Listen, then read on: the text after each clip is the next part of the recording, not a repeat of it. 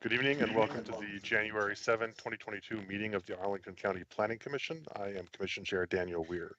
This is the first of two evenings scheduled for public hearings. Tonight we'll be discussing three items. First, the Commission will hear the amendments to the Arlington Forest Neighborhood Conservation Plan.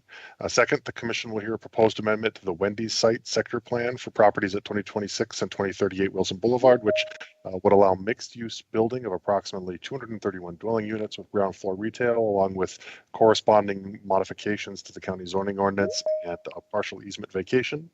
After that, the Commission will hear a request to modify the site plan and corresponding zoning modifications for the Rixey building in Ballston, allowing the owner, Marymount University, to convert up to 49% of the residential units in the building to hotel units. At our carryover meeting, March 9th, Wednesday, the Commission will hear proposed planning and zoning fee changes, as well as a request to authorize public hearings for the Clarendon Sector Plan update and related zoning ordinance amendments.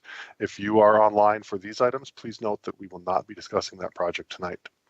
Some items required to share now. For the safety of our staff and residents, we're holding this meeting virtually. Welcome to our commissioners, county staff, applicants, and community members who are all joining us remotely.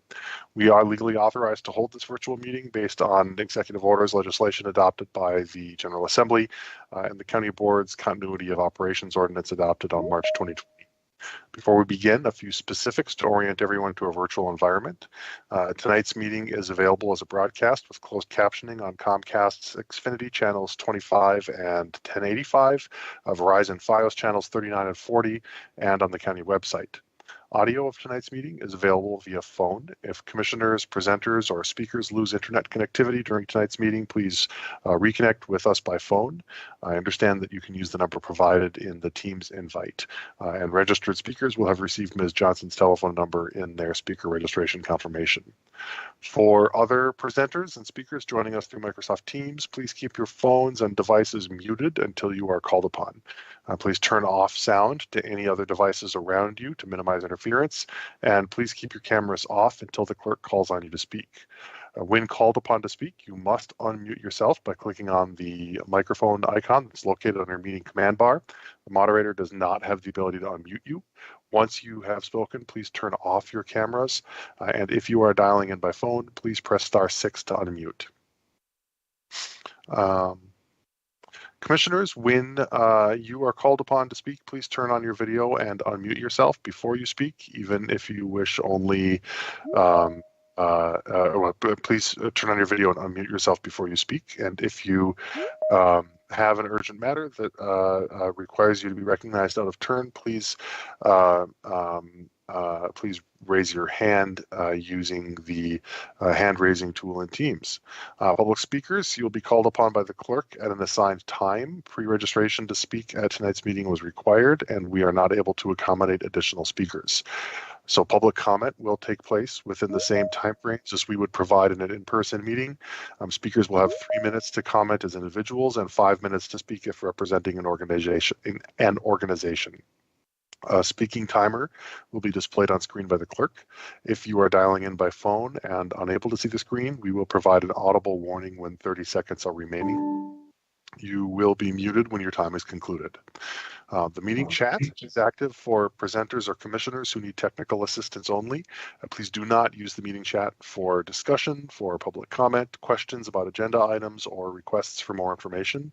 All public comment must be shared verbally for the record during the time assigned, during the assigned public testimony period. And lastly, this is a public forum. Tonight's meeting will be recorded and posted to the county website. All information associated with tonight's meeting, whether written or spoken, is subject to the Virginia Freedom of Information Act requirements. With that said, Madam Clerk, will you please call tonight's first item? Good evening, I'd be happy to. Our first item for the evening is the Arlington Forest Neighborhood Plan updates. The staff presenting this item for the evening is Tim McIntosh and Nardi Martinez. Thank you. Thank you. Good evening, everybody. Thank you, Ms. Martinez. Thank you. Good evening, everyone. My name is Naudi Martinez, NC Planner with the Neighborhood Conservation Program. Tonight, members of the Arlington Forest neighborhood are here to present their updated neighborhood plan, which was approved by the NCAC in January of this year. With us tonight, we have Esther Bowring, Arlington Forest Citizen Association President, Hutch Brown, the editor of the NC Plan Update, and Liz Kaufman, the Arlington Forest NCAC representative. With that, I'll go ahead and pull up the presentation and turn it over to Esther to begin. Thank you. Thank you so much. I'd like to thank the Planning Commission and Arlington County for supporting the Neighborhood Conservation Plan process. We appreciate living in a community that allows neighborhoods like ours to establish our priorities and help guide our future. I'd like to acknowledge just a few of the people who helped us to prepare this update of our 1991 Neighborhood Conservation Plan, which I'll just call NCP. I'd especially like to acknowledge our editor, Hutch Brown, and NCP representative Liz Kaufman, who managed this process and created our extraordinary plan update. This plan could not have been produced without their dedication and leadership. And we had many other major contributors from our neighborhood, volunteers, including master naturalists and other residents. Next slide. Arlington Forest straddles Route 50 in west central Arlington, and we are very fortunate to have great access to parks, trails, transportation, and many other amenities. Next. Arlington Forest has an interesting history thanks to its proximity to Lubber Run. And I'm just going to skip ahead to the late 1800s when much of the land that became Arlington Forest was owned by John Henderson Jr. And Arlington ended up buying his home in 1951 and created the original Lubber Run Community Center with that home that was then subsequently blown down in a hurricane. And the old rec center was built. We now have a fantastic new community center, but I believe that recreation center that was on the estate was the first community center in the county. Next slide.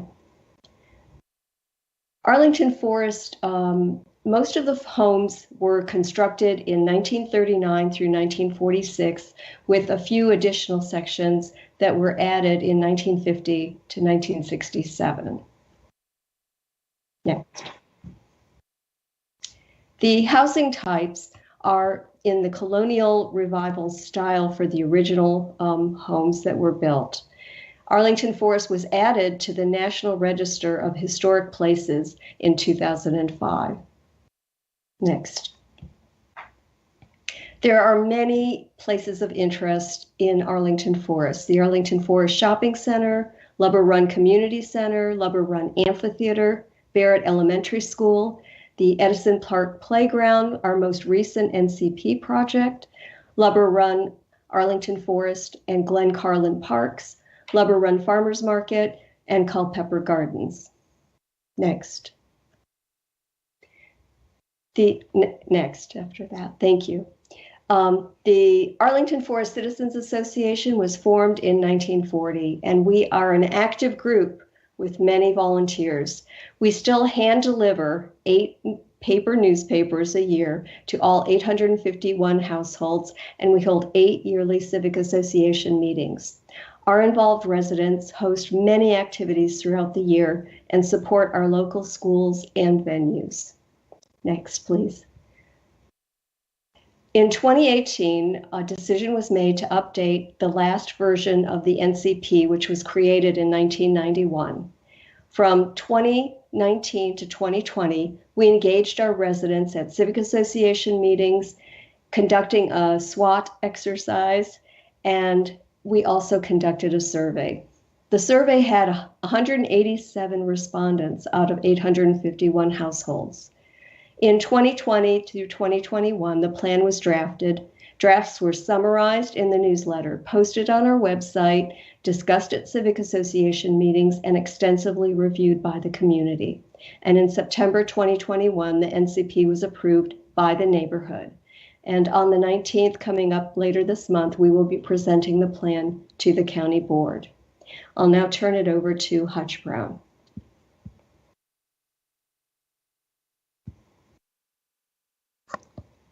Good evening. It's a pleasure to be here. The core of our neighborhood conservation plan is, of course, our neighborhood goals. And the overarching goal that we have is to preserve the things that the residents of Arlington Forest like about living in our neighborhood. We want to keep those for ourselves and for the future. Next. This is a long plan, and there are lots of things that we love about living in our neighborhood. But we're just going to present three general things that we want to preserve. The first is a park-like residential atmosphere. We are very fortunate in being close to some of the last remaining wild areas in Arlington in the form of our local parks.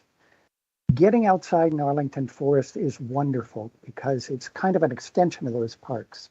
The quiet, the walkability, you see trees and wildlife. We just got coyotes in the area. Streams are wonderful.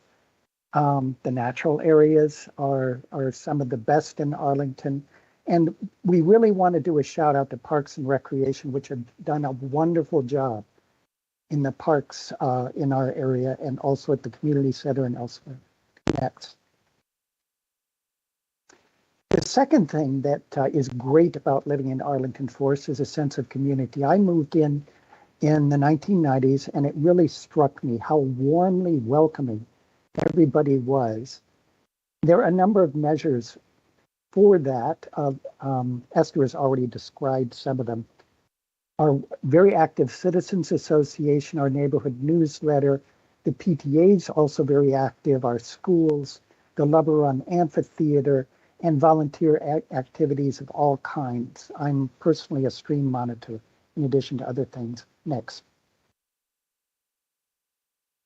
Finally, the great location. Arlington itself has one of the best locations in the metro area, as you well know. And within Arlington, we think we have one of the best locations, not just the parks, but also great schools, our libraries. We're close to shops within walking or easy driving distance, restaurants, and so on. The Lover Run Community Center is great. It happens to be right across the street from where I live. And then great public services of all kinds, healthcare, emergency response, fire, you name it. Next. So those are the things that we want to preserve. And we're hoping that this neighborhood conservation plan can help, in part by addressing the areas of concern we have, things that struck us, especially in our neighborhood survey.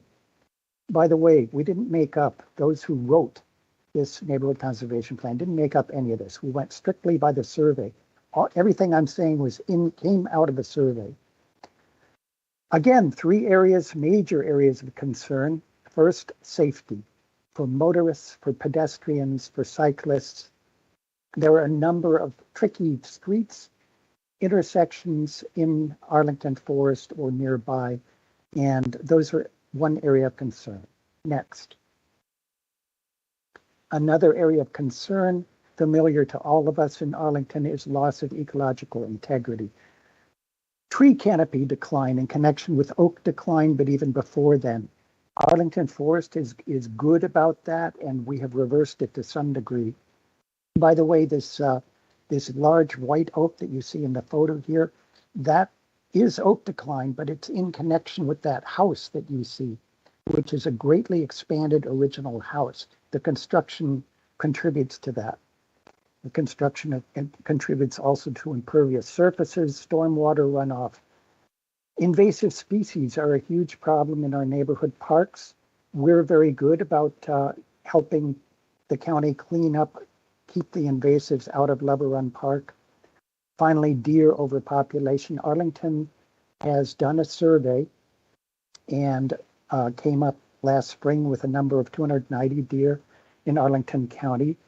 Those deer tend to congregate in the natural areas, especially our local parks, so that we have 30 to 40 deer per square mile in our neighborhood, and that's way too many to be sustainable. Next. And finally, our third major area of concern is redevelopment. Home footprints expanding, that contributes to canopy tree decline. Then the potential for upzoning through the Missing Middle Initiative. All of this carries trade-offs that everyone is familiar with: more traffic noise, tree cover, green space, parking issues, school overcrowding, stormwater runoff, the list goes on. Next. So in connection with those things that we really want to preserve about Arlington Forest, and in connection with those major concerns, we have a whole bunch of recommendations in this very long neighborhood conservation plan. It's about 100 pages. But the major ones are these. First, we recommend that the county preserve current zoning for Arlington Forest. Second, we have a number of recommendations for improving traffic, pedestrian, cyclist safety. Third, we want to work with the county to reduce tree loss and the spread of impervious surfaces. And we recognize that homeowners have a major obligation here to plant trees, to keep stormwater on site. We want to play a role in that ourselves. Finally, to preserve parks and restore ecological integrity in our neighborhood by mitigating stormwater runoff in Lever Run, 4 Mile Run, combating invasive species, which we're dedicated to helping out with ourselves. And we're fully prepared to work with the county to help manage the deer population issue. And with that, we're almost done. Next.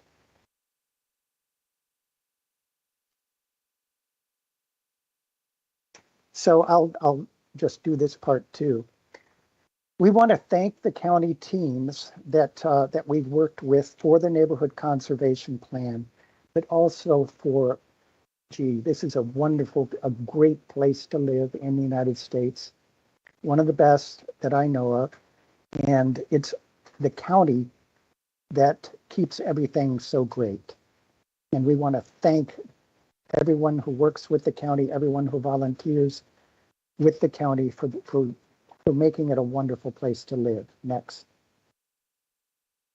Finally, we've done these acknowledgements, but we just want to do it again.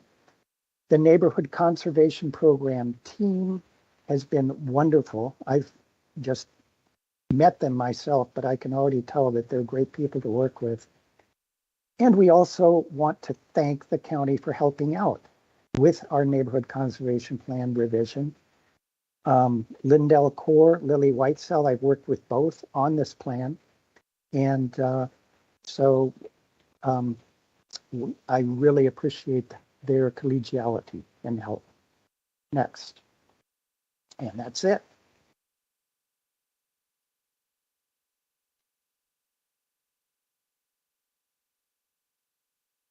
Thank you, Mr. Hutch. Do we have any other staff report on this item? I suspect not. Daniel, this is Tim McIntosh. No, we don't have any other staff report. All right, thank you, Mr. McIntosh. Madam Clerk, do we have any public speakers on this item? We do not have any public speakers this evening. And do we have any other? I signed up to speak. It's Bernie Bird. I signed up to speak. Okay.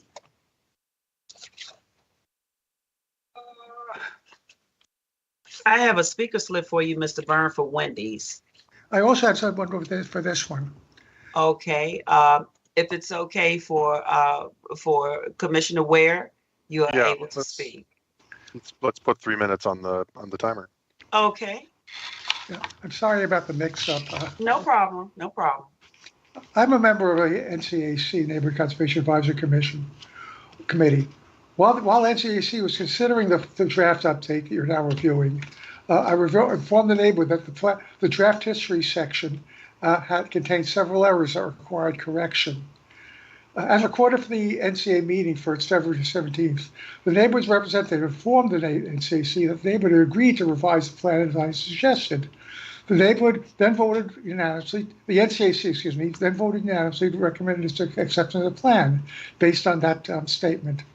However, the NC plan that you're updating at this meeting is the same as the one that the neighborhood agreed to change that hasn't done it. Correct the area in the history sections. Please therefore ask the neighborhood to make the following change to the plan before the county board considers the plan's acceptance. I've submitted this in writing to the committee, to your commission.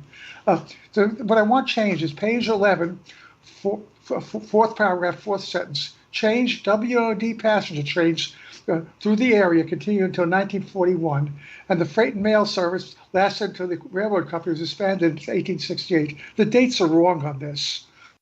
So change this to WOD passenger trains through the area continued until 1923. That's important, the date. Mail service stopped in 1951. That's important too, the date. Well, freight service lasted until the railroad closed in 1968. I have that in writing if you read the message I sent.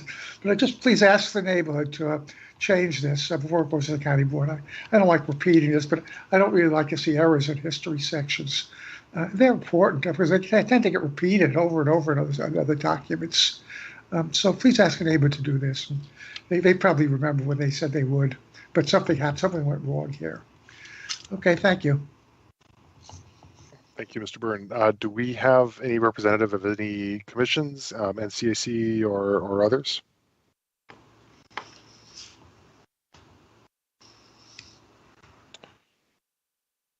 Madam Clerk, I take that as a no, or Mr. McIntosh? Yep. Oh, no, we don't. I'm sorry, Commissioner Weir. No, we do not. Right. Then I guess the discussion is with the commission. Is there any member of the commission who'd like to be recognized for any questions or comments on this matter?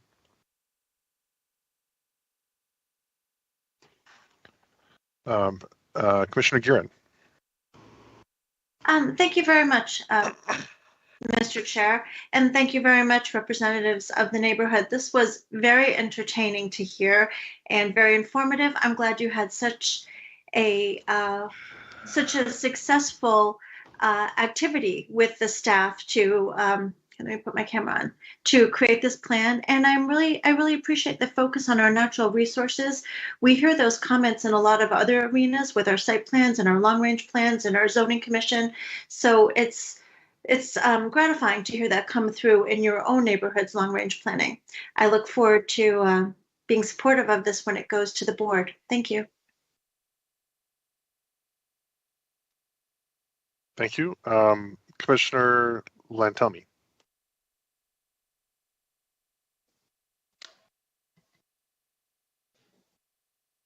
Thank you, Mr. Chair. Yes, I'd like to associate myself with Commissioner Giron's comments. I always love seeing these come for us. The only comment I have, I guess maybe contrary or a way to sort of put in your mind, is your concern about upzoning and missing middle. You identify a number of concerns, which I absolutely agree with, on stormwater runoff, tree canopy, schools, that sort of thing. There are definitely concerns I think all of us do share. I do not think that necessarily, if it's done right, a missing middle type of upzoning would actually would exacerbate those problems. If it's done right, it can actually address some of those problems. Theoretically, a duplex on the same footprint and square footage as a new house would, just by definition, not cause additional stormwater runoff or other similar problems, or tree canopy issues. So anyway, I just want to put that out there. I would hope that Arlington Forest would keep that in mind and keep an open mind as to what the results are from the missing middle study when it does come up later this year. Thank you. Thank you, Commissioner Lantelmi. Next is Commissioner Morton.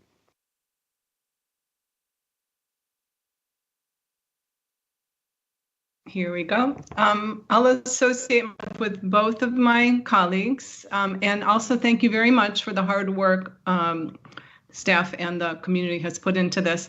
I wanted to say how much I enjoyed the incorporation of the shopping center into the overall story of your community. Some of you might know I'm on a transportation research board panel that's overseeing this multi-year study of post-war commercial properties and how to assess their significance. And I really enjoyed I think you called it the mutually supportive relationship between the shopping center and the community. I appreciate that kind of social history being highlighted, as opposed to just architecture when you're talking about historic preservation. And I wanted to say in particular, with another project I've been involved with, looking at legacy businesses in Arlington, I had the privilege through one of you here on this call of speaking to the Forest Valet dry cleaner, and that really kind of reinforced the significance and the social history that shopping center contributes. So just wanted to say thank you very much, and I hope my colleagues keep that kind of those issues in mind as we're looking at future projects going forward. Thank you. Could I, I'm sorry, Commissioner Ware, could I make a comment to that? Yes, Mr. McIntosh, please. Yeah. I just wanted to say thank you for mentioning that, because the Arlington Forest dry cleaners was a business I was involved in. My dad started that business in 1967, so I've been around that shopping center for many, many years, and just wanted to note and say thank you for mentioning that. That's all. Thank you.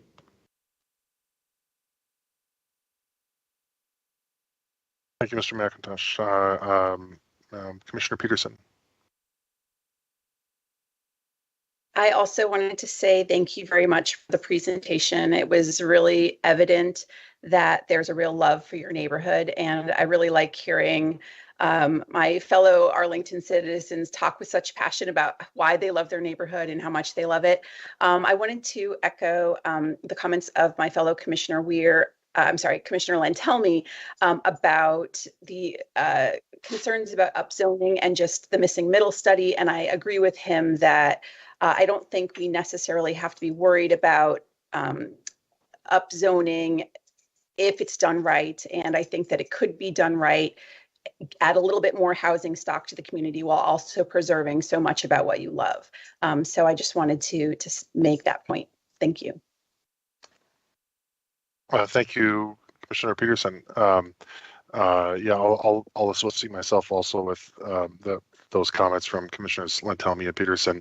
But I also have a question for, I guess this is for either staff or for the neighborhood, to the extent that some of the factual items that Mr. Byrne raises can be confirmed, and that it's not onerous to do so. Is there a window to confirming and correcting those details between now and when it goes to the board? Yeah, that's the question. I can take that. Yep, go ahead.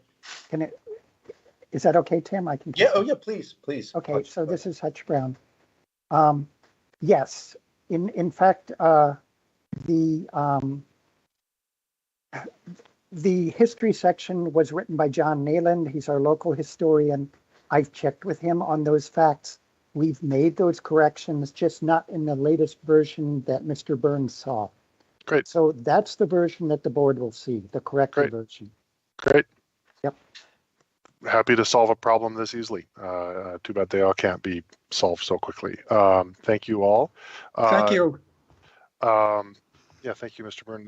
Madam Clerk, I believe a recommendation to accept is in order. Is that correct? Yes. For the record. Yeah. So I would entertain a motion to. I'm just checking to make sure that I'm not missing a specific We don't, do we have a staff? We do have a staff report. Yes, we do. Okay. Is there anyone who would like to move adoption or to move the recommendation that the plan be accepted?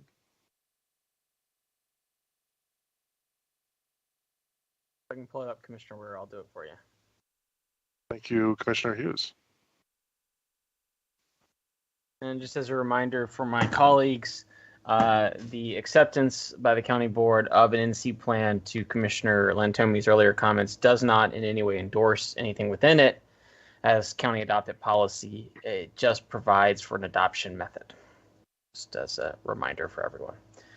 So Commissioner Hughes, before you offer something that then becomes something that we have to deal with first, thank you for that excellent reminder, which I will then extend to staff, because the staff report does say, oh, excuse me, I take it back. The staff report says adopt the resolution to accept the plan. Forget I said that. Go ahead, Commissioner Hughes. All right. Then without any further objection, I move that the Planning Commission recommend that the county board adopt the attached resolution to accept the Arlington Forest Neighborhood Conservation Plan update subject to county policies and procedures dated February 1, 2022. Second.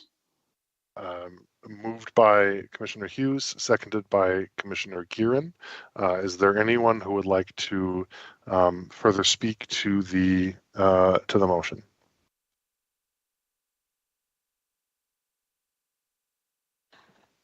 All right. That's me. I had my hand up, Daniel. May I? Yes, please. Thank you. I do want to reiterate, it's Commissioner Gearin. I want to reiterate what Commissioner Hughes said for those of us who might not have heard one of these before or participated in the review. These are, in fact, accepted as guidance by the county board in general. And so sometimes we've had discussions where the grand view of the neighborhood becomes at odds with some of our policies. So to be clear, it is true that we are not fully endorsing everything in it. We are moving to adopt it so that it'll go forward and it'll be accepted as a vision for the neighborhood. Thank you.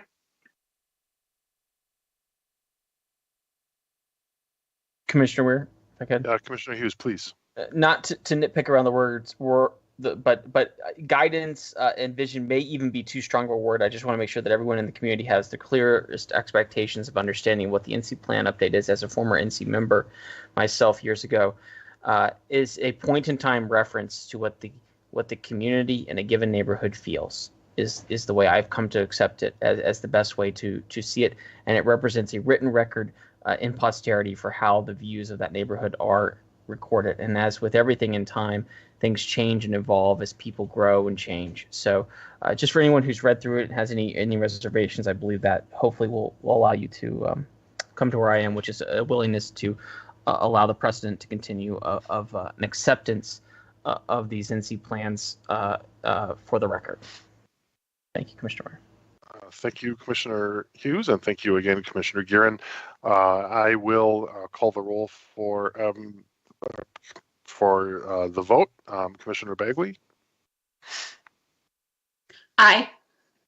Commissioner Gearin? Aye. Commissioner Hughes?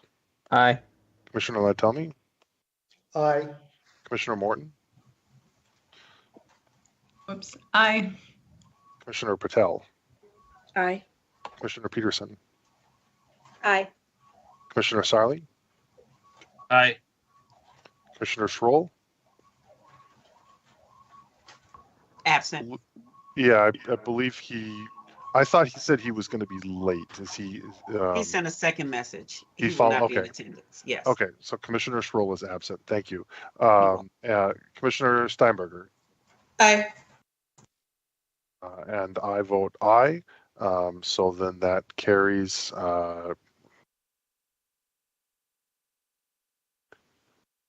10 to 10. That carries 10 to nothing. 10 to 0. Thank you all, staff and the neighborhood, and Mr. Byrne, and to the NCAC as well. Madam Clerk, would you please call the next item? Our second item for the evening is Site Plan 435, known as the Wendy site. We have Adam Watson, our planning staff, to present this item to us this evening. And this also comes with a vacation of a portion of an easement as well. All right. So, and just to be, Mr. Watson, before you start off, Madam Clerk, the plan then is just going to be to go back to staff for any presentation or items on the easement before we go to public comment? Yes. Fantastic. Mr. Watson. Good evening, everybody. Thank you. Can you see my screen, my presentation? Yes. Yes. Excellent. Thank you. Okay. So yeah, thank you all. There are two items, as the clerk just mentioned tonight. The first is the site plan amendment for redevelopment. And the second, part B, is that ordinance to vacate for a portion of an easement for street and public purposes.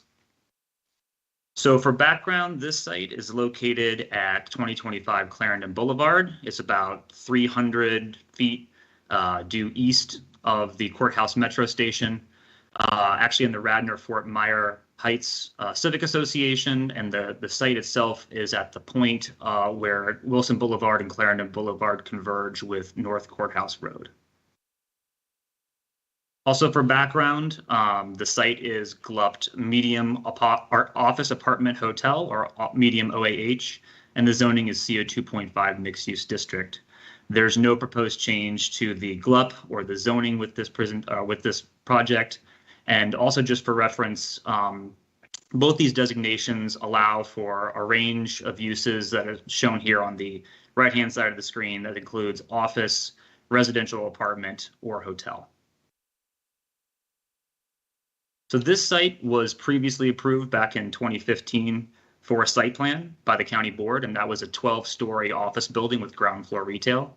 There was also an associated change in the GLUB designation at that time and change in the zoning as well. In addition, there were transferable development rights for the historic preservation of the Wakefield Manor site that the county board also approved. The site plan itself was never constructed. The Wachovia Bank and the Wendy's restaurants, which some may recall were on site, were demolished in 2016. And even though that site plan was never constructed, the transferable development rights that the county board approved back then in 2015 are vested. Those historic preservation easements were recorded in the land records in 2016. And I'll speak more about the significance of that in some of the coming slides. So this proposal is for a 16-story residential building with ground floor retail, 231 residential dwelling units overall, 3,500 square feet of retail. Underground parking is proposed for a total of 75 parking spaces. The ratio for residential parking would be 0.32 spaces per unit, and there is no retail parking proposed given the proximity to the metro station. In addition, there's about a 1,400 square foot public plaza that the applicant will construct and maintain. There would be of course, a reciprocal public access easement of the same size granted for that space as well. And in addition, a new alley that will connect Wilson and Clarendon Boulevards that was envisioned in our Roslyn Decourthouse urban design study, which I'll talk more about in a minute.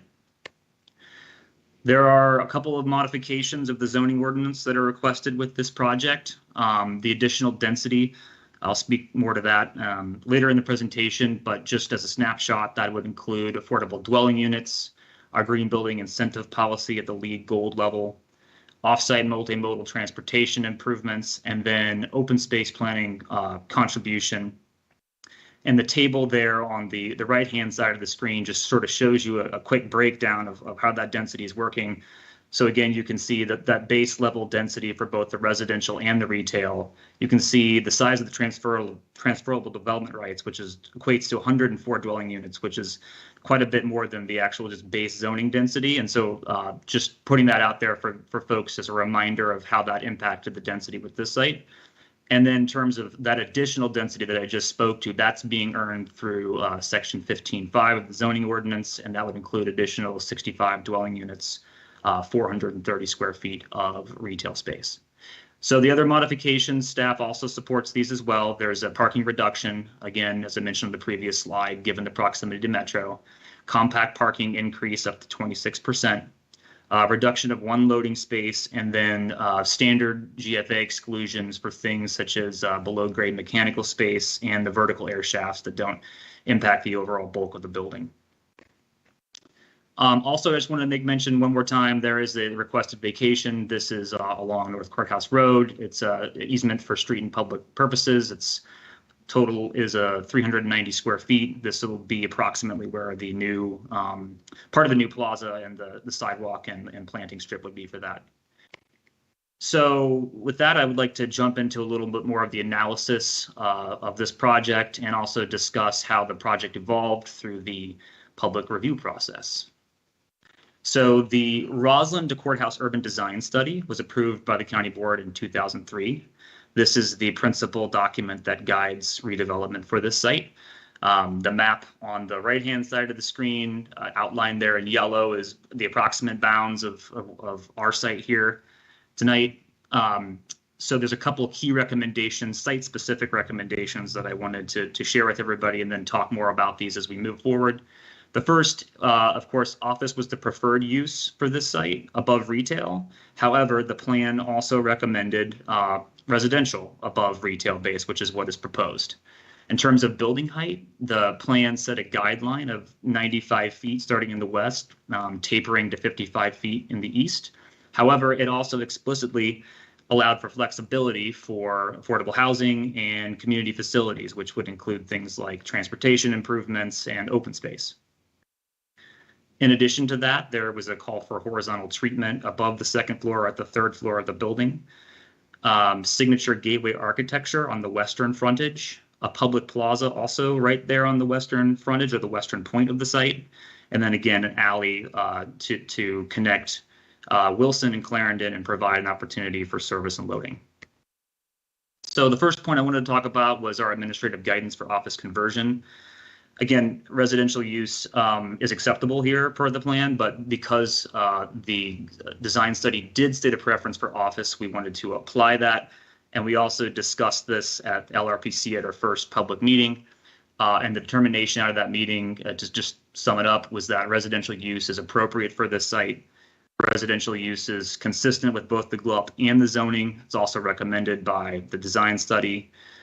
Right now, Courthouse has a very balanced use mix with a sufficient office base that's really anchored by government and civic uses. We anticipate that an office use could easily be absorbed in Roslyn or Ballston should they be looking to locate in the RB corridor. And in addition to that, excuse me, this site is small and narrow, and it just diminishes the viability of the office floor plate. Next, I just want to talk a little bit about the building height. This was a topic that we discussed at our first meeting, and I believe again at our second meeting for the SPRC. The proposed building height here is 16 stories, and I just want everybody to know that that is consistent with the zoning ordinance for a residential building in this district, and it's also consistent with our policy guidance. There's no bonus height proposed with this project. The zoning district, as I said before, allows for those 16 stories. And then again, the design study really does allow for that flexibility when you're including things such as this project is including, like on-site affordable housing, the public plaza, the new alley, and then those off-site multimodal transportation improvements, which we'll cover a little bit later. In addition to that, I'd also just like to note that those 104 units of transferable density do impact, the overall amount of density that's being built here, and of course with that that density was of course transferred for the preservation of historic resources, which have now been recorded in the land records. So with that, I want to talk a little bit about architecture, massing, and the plaza in terms of how those things evolve through our discussion at the SPRC.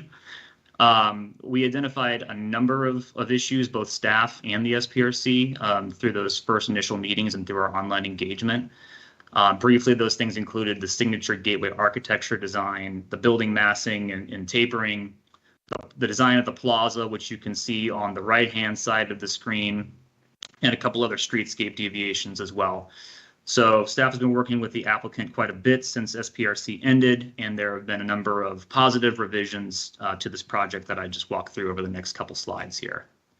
So the first of those is the signature gateway architecture. The initial design which is on the left-hand side of the screen, was this sort of glass vessel, this prow design. And I believe, to just sort of sum up some of the comments we got at the SPRC, was that this design felt incomplete. It was lacking some features of residential use, or features that you typically see on a building that's residential use.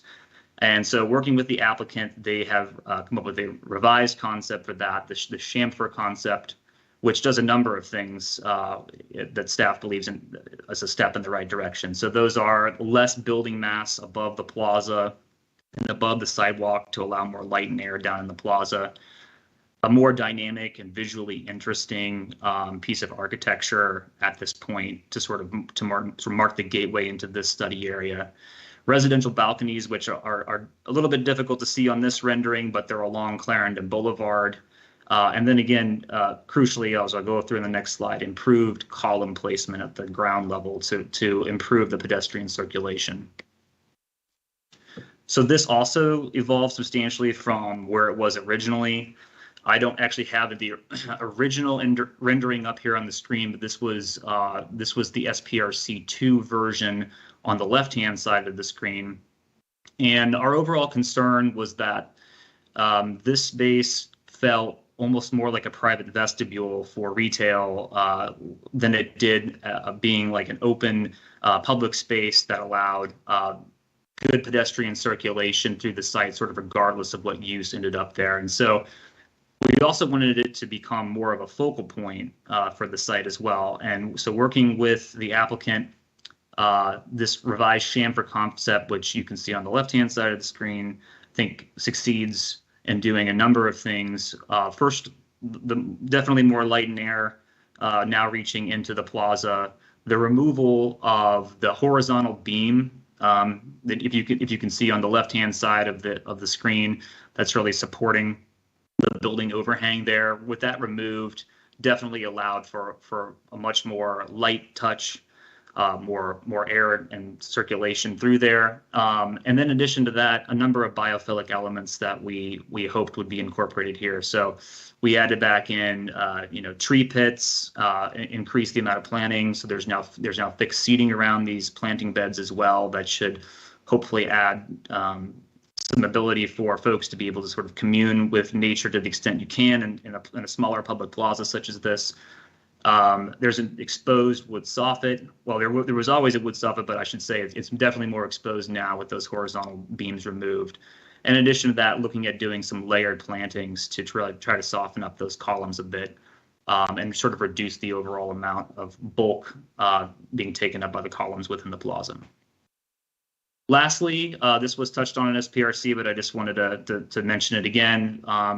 The applicant did remove, or I should say relocate, the balconies that were on the northeast and southeast corners of the building to create a much better appearance of building mass step back, again, above the 10th floor, which is more in line with the design guidelines recommendations for having at least some sort of visual gesture towards having height tapering here on the east side of the building. Jumping into the community benefits, I did want to walk through all these to make sure everybody's aware. There are 10 on-site affordable dwelling units that are proposed with this project. That'll be 5 one-bedrooms and 5 two-bedrooms, up to 60% AMI for a term of 30 years. This does not include 2 additional on-site affordable dwelling units, which would also be 1 one-bedroom and 1 two-bedroom.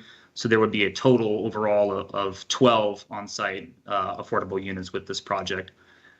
The green building incentive policy at the LEED Gold 0.35 FAR level is being met here. I believe this is the first site plan project to achieve this level under the new green building incentive policy. And so that would also include 20% energy optimization, Energy Star WaterSense fixtures and appliances, all of the baseline prerequisites, which include some requirements for EV parking, EV ready spaces, and bird friendly materials as well. And then 3 items from that extras list of the policy for those familiar with it. In terms of multimodal transportation improvements, this would add protected bicycle infrastructure along North Courthouse Road and along Wilson Boulevard, as well as Clarendon Boulevard, really extending the protected bike lanes that were approved by the county board through the landmark block redevelopment last year. In addition to that, 2 new floating bus stops, wider sidewalks on the north side of Wilson Boulevard, and then a signalized mid-block pedestrian crossing of Wilson Boulevard and Clarendon Boulevard just east of the site. Lastly, this project would bring with it approximately $449,000 in contribution towards future open space planning within the area. I do want to mention 2 conditions in the staff report that have not been fully written or at least agreed to yet. I should say these are conditions for the multimodal transportation improvements and the open space contribution. There should be no substantive change at all to the information that I provided on the previous slide. It's just simply those conditions were not drafted in time for the staff report to be distributed. So in terms of community engagement and our next steps, we began this process back in September with our online engagement. We then had that first joint virtual LRPC SPRC meeting in October, a second SPRC meeting in November, and we're here at the commission meetings now. We just had a Transportation Commission last Thursday on the 3rd. The TC did unanimously approve the project per the county manager's recommendation. Housing Commission will be on the 10th of this month, and we will be headed to the county board on March 19th for those who would like to join. So in total, we recommend approval of this project overall. We find that this supports and advances a number of the county's key goals. That includes the on-site affordable dwelling units being brought in here, the commitment to our green building incentive policy that's furthering our CEP plan, new public plaza, money towards future improvements in the area, construction of new multimodal transportation improvements that really move forward some of our MTP goals and also better align with our Vision Zero action plan. The provision of signature gateway architecture that's called for in accordance with our design study. And then lastly, just completing redevelopment of this design study for the study area west of North Troy Street. This parcel has, as many people know, been vacant since 2016. So again, just an overall positive project, and we recommend adoption. So here are our recommended motions: to adopt the ordinance for the site plan and to find the ordinance of vacation substantially in accord with the adopted comprehensive plan. And with that, thank you, Commissioner Weir. Thank you, Mr. Watson. You have a presentation. I didn't hear that, Commissioner Weir, but I believe you were probably calling on the applicant and seeing if they have a presentation. And that's exactly what I was asking. Yep. We've done this enough. All right, good evening, everyone. Nicholas Cummings with Walsh Colucci here on behalf of the applicant. I'm going to give you a brief introduction to the project before you hear from Graystar and the design team in more detail. For those of you who were not at our SPRC meetings, you may recall reviewing the courthouse landmark project last year, which was also handled by this same developer and team. We're excited to bring you a second project in the courthouse neighborhood. As you may know, the site has quite a history. In 2015, Arlington County approved a site plan for an office building on this parcel. That approval included approximately 195,870 square feet of office GFA, and 6,960 square feet of retail GFA in a 12-story building. It was supported by 244 parking spaces in a 5-level below-grade parking garage. The same approval rezoned the property to CO 2.5 mixed-use district and approved a transfer of density rights, a TDR, from the Wakefield and Courthouse Manor apartments, which were then placed under historic easement to prevent redevelopment, as Mr. Watson pointed out. The site remained undeveloped for some years following that approval. The applicant was able to secure the parcel and now proposes a 16-story residential building with 231 units and approximately 3,500 square feet of retail, supported by 75 parking spaces. While our building is 16 stories, due to the difference in clear heights between floors for office and residential development, our project is only 18 feet taller than the previous approval. It also has 197 fewer parking spaces and includes 233 secured bicycle parking spaces and 16 visitor bike parking spaces. Obviously, this new vision for the site was inspired by its proximity to Metro Rail and other transit options in the courthouse neighborhood.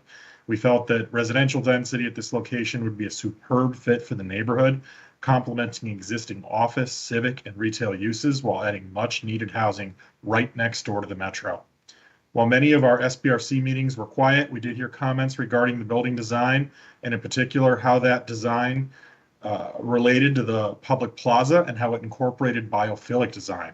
Our next speakers will address these topics in detail, but we came up with a striking design that should be an iconic part of the neighborhood and offer exciting new public space at the corner of Wilson and Clarendon. We have an extensive community benefit package with this proposal that includes 12 on-site affordable housing units, a contribution to public open space, and extensive off-site transportation improvements.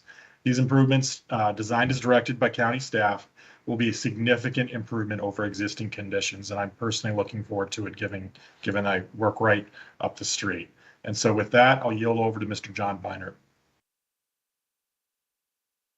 Thanks, Nick. I can't share the presentation. Does Adam have it? If you could share it. Now I can. There you go. Thank you. Problem solved.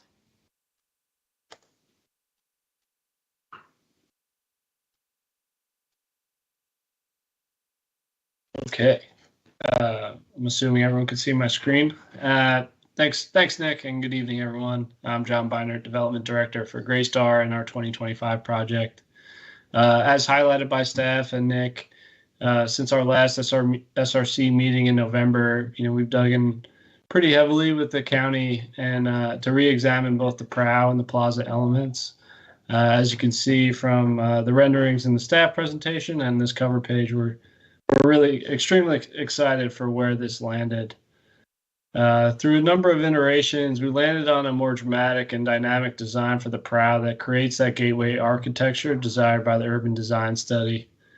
Furthermore, that multifaceted facade pulls back the building massing over the plaza, creating more light and air to penetrate the plaza.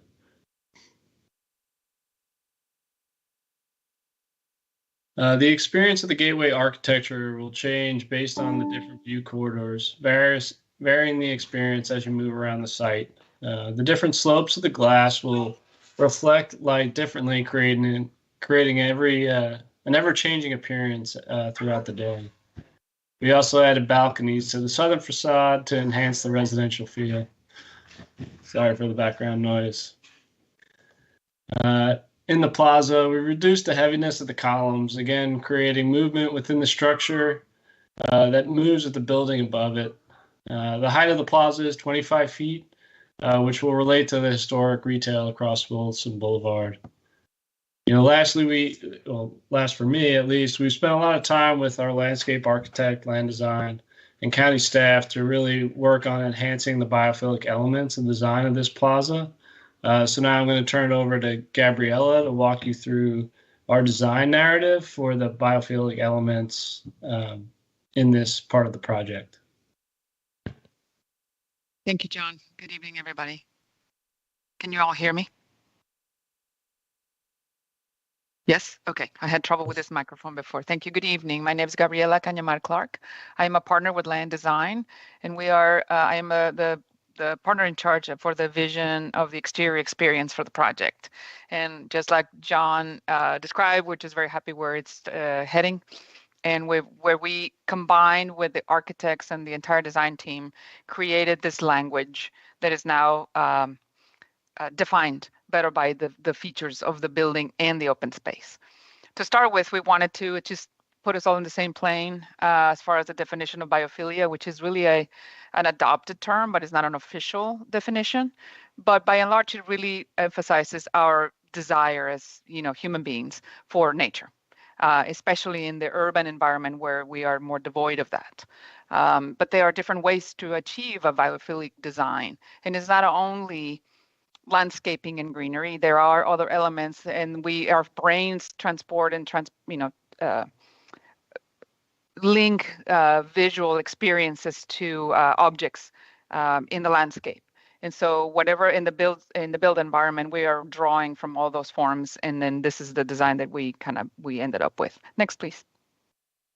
We have 6 principles of design for the plaza that we're going to take you through, and how we define those and how we achieve those one by one to achieve a full spectrum of biophilic design. The first one is a natural environment around us, and the space where we decide this openness of the 25-foot ceiling height of the plaza, or of the ceiling above the plaza, provides openness for this green envelope in the immediacy, which is the streetscape around us, and then what's across the street and the existing canopy of the streets of the street trees. We also are borrowing or interpreting unnatural materials. The columns and in their disposition, which is not completely plumb, remind us of trees and tree and canopy, that they're not perfectly plumb. We do have textures. The materiality of the ground plane and the vertical plane, as well as the ceiling, whether it's wood, stone, or a combination of both, kind of begins to tie in the materiality of this natural environment in the built form.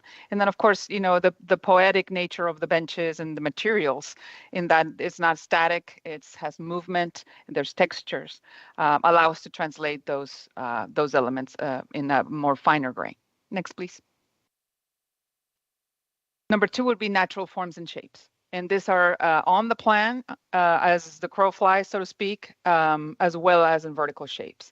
So the way we have translated those in the organizational approach of the plaza, as you can see, the planters, and as this was described before, the planting areas are located specifically to receive those columns. Those are the areas where we can actually have those columns, have an embrace by landscaping, and then introduce or allow, rather than introduce, porosity from the 3 sides into the plaza and out from the plaza.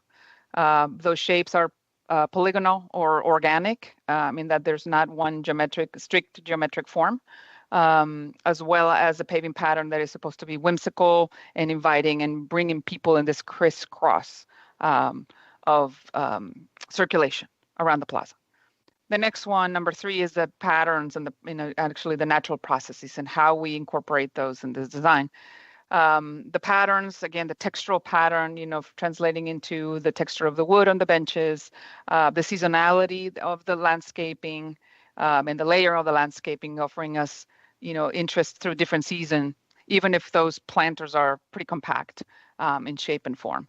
And the rest of it would be richness. The textural, the size of the leaves, the clumps of the ornamental grasses, the aroma that you once would get, in the rain. All those things combined are a part of this. Next, please.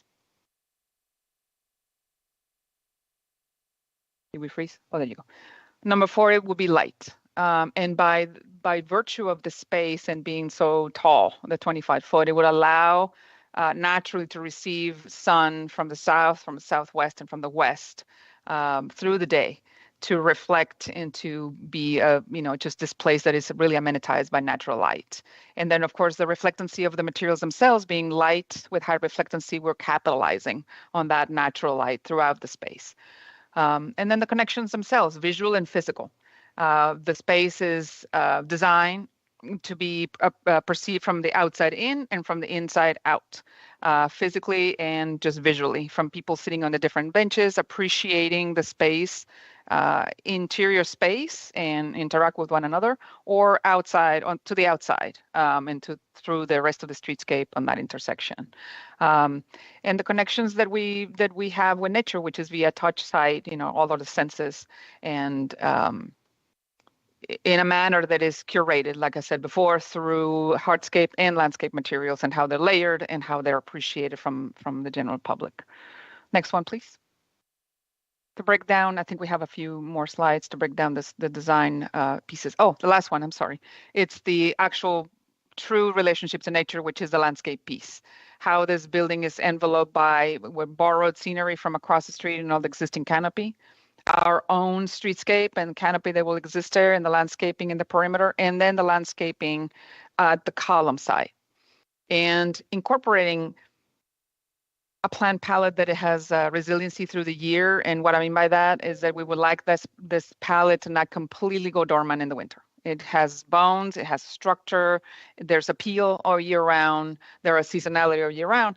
And then of course, in such a limited space, maximizing our opportunities to create or to emphasize or reinforce urban habitat. Hopefully within the square footage of our plant beds can still foster a healthy habitat for critters, pollinators, bees, you name it. We do have a garden that is about the same size in our office here in Old Town, and bees come quite often. So whether it's whatever pollinator, we will cater the plant palette to continue to foster a healthy environment in our open spaces. And I think is there a next one? Next, please. Oh, this is a fabulous shot. I thought we would definitely show it in how warm it is, the reflectancy of the columns, how they do land on those polygonal planters, and how they all amenitize by all the features that I just described. Next, please. Just a few components of the plan to put everybody on the same page. You see in the red line the building overhang. And what's kind of exposed on the planters, trying to maximize as much as we can some open to sky features of the plant bed so they receive some natural rain. We have observed the landscape or the pedestrian passage on the public sidewalk all around.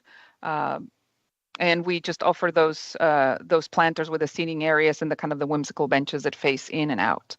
The paving pattern is intended to bring people in and through the space in a sort of a whimsical pattern with a combination of textures and banding. And then we have the bike racks on the south side, standard streetscape of bioretention planters on Wilson Boulevard, and a landscape bed that basically borders North Courthouse Road. Next, please. This is just to show you that pedestrian space is pretty permeable. We start with the 8-foot minimum wide sidewalk, and then we just work our way in, make it very permeable all across in multiple directions. Thank you. Next, please.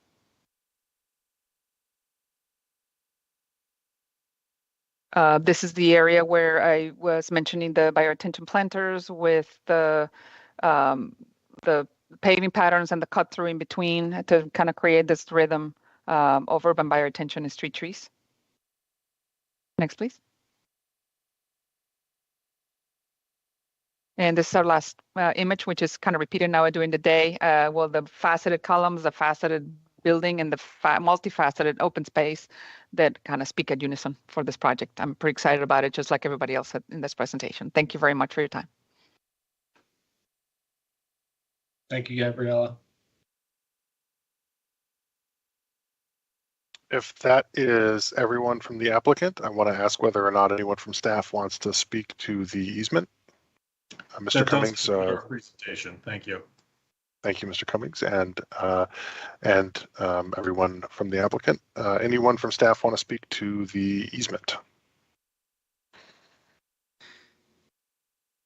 Commissioner Weir, I did cover that in my presentation. I'm happy to go back over one more time if we need to. Just let me get my slide back up. Apologies for that. My apologies. No, there were a couple of moments that I was distracted. Just no problem. Let me just share my screen. So, just for the record, this is a requested vacation for 390 square feet of an easement for street and public purposes. It's highlighted here in yellow, as shown on this plat.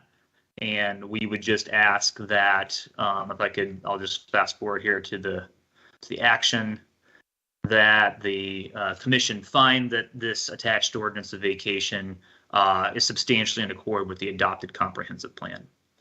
Great, thank you. Thank you.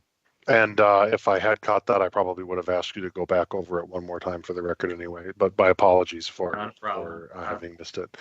Madam Clerk, do we have any public speakers on this item? Yes, we do. I'm sharing my screen.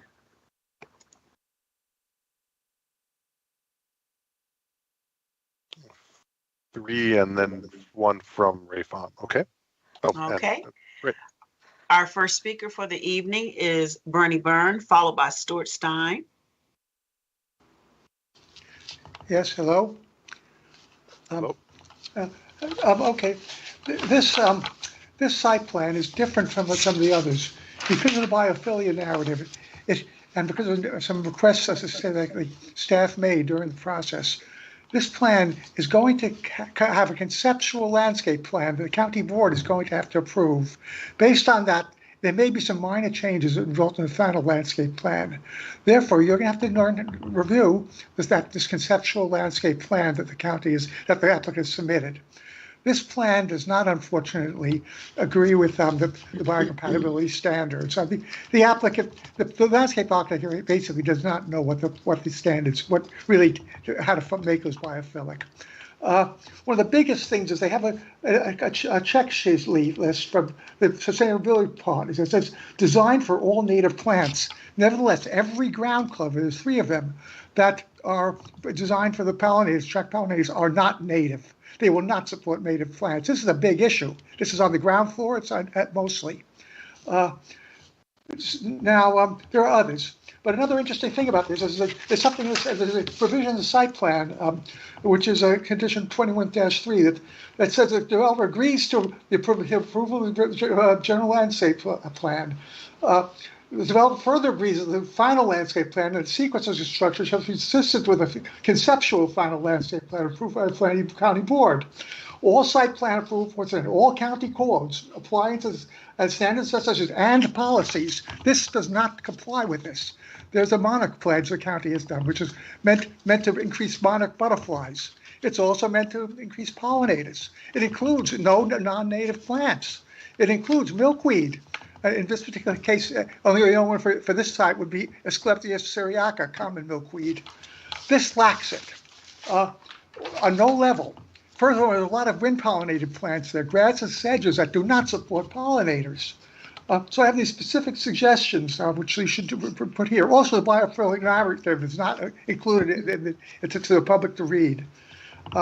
Change submission sheet 501, L501 planting plan to remove all native plants, all non-native plants, including Bellus perennius, Embericalis, and Prunus loricaceus.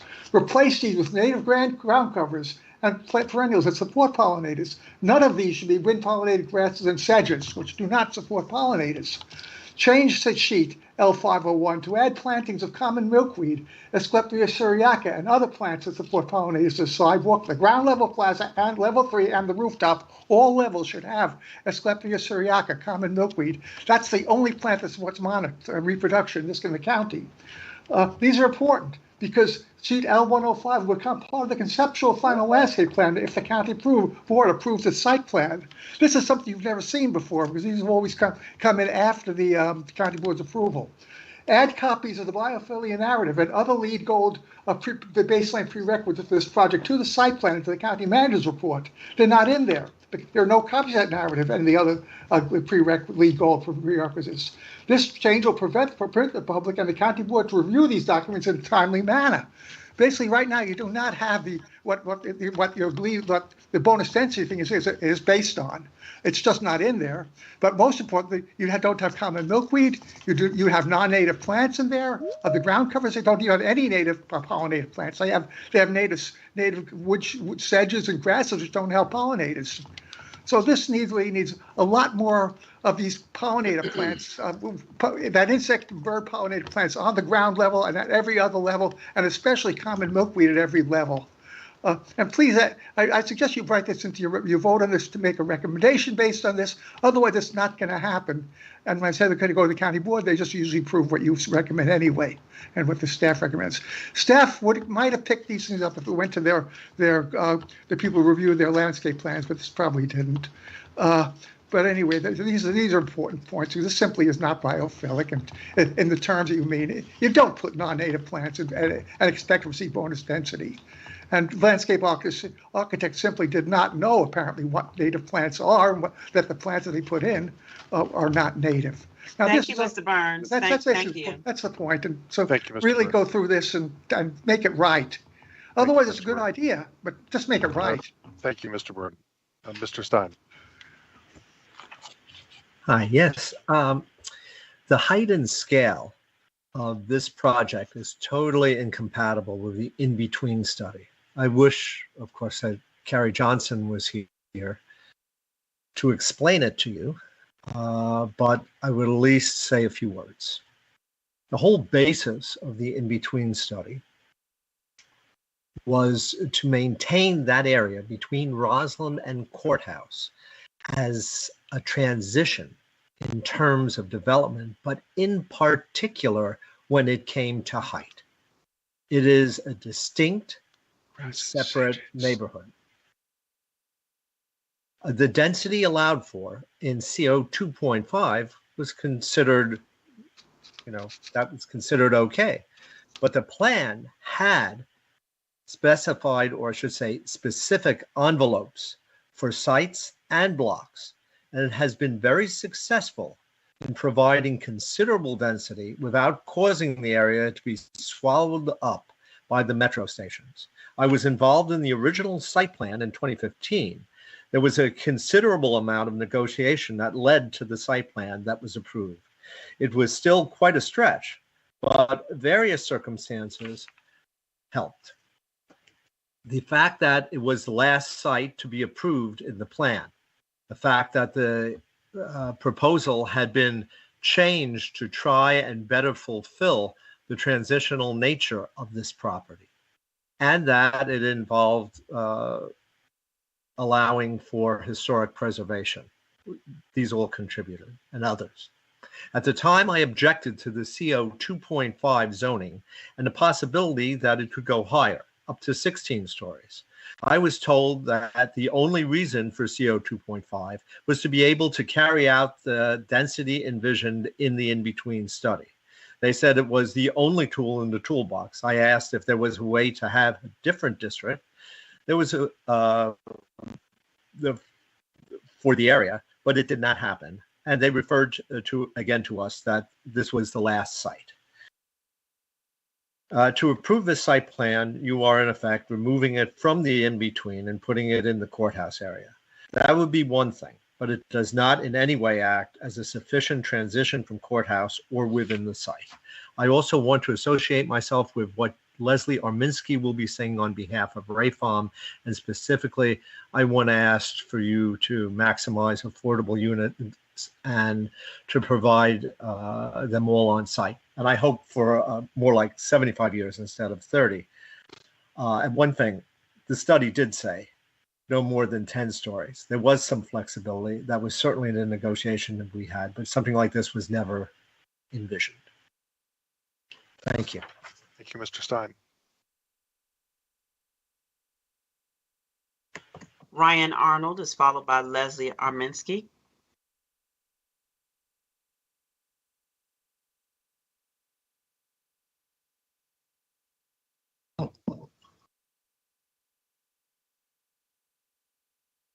This is Ryan. Can anyone see me or hear me? Yes. Oh, great. You can, great. Thank you.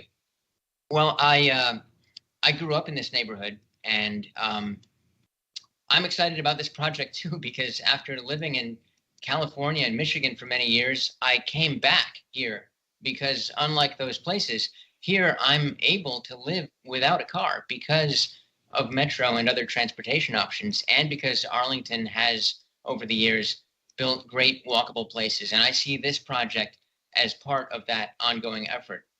I think it's terrific that we're going to get 231 dwelling units where there used to be only a fast food drive-through and a bank. It's well known that the county and the region has a serious housing shortage, and the answer is to build more housing.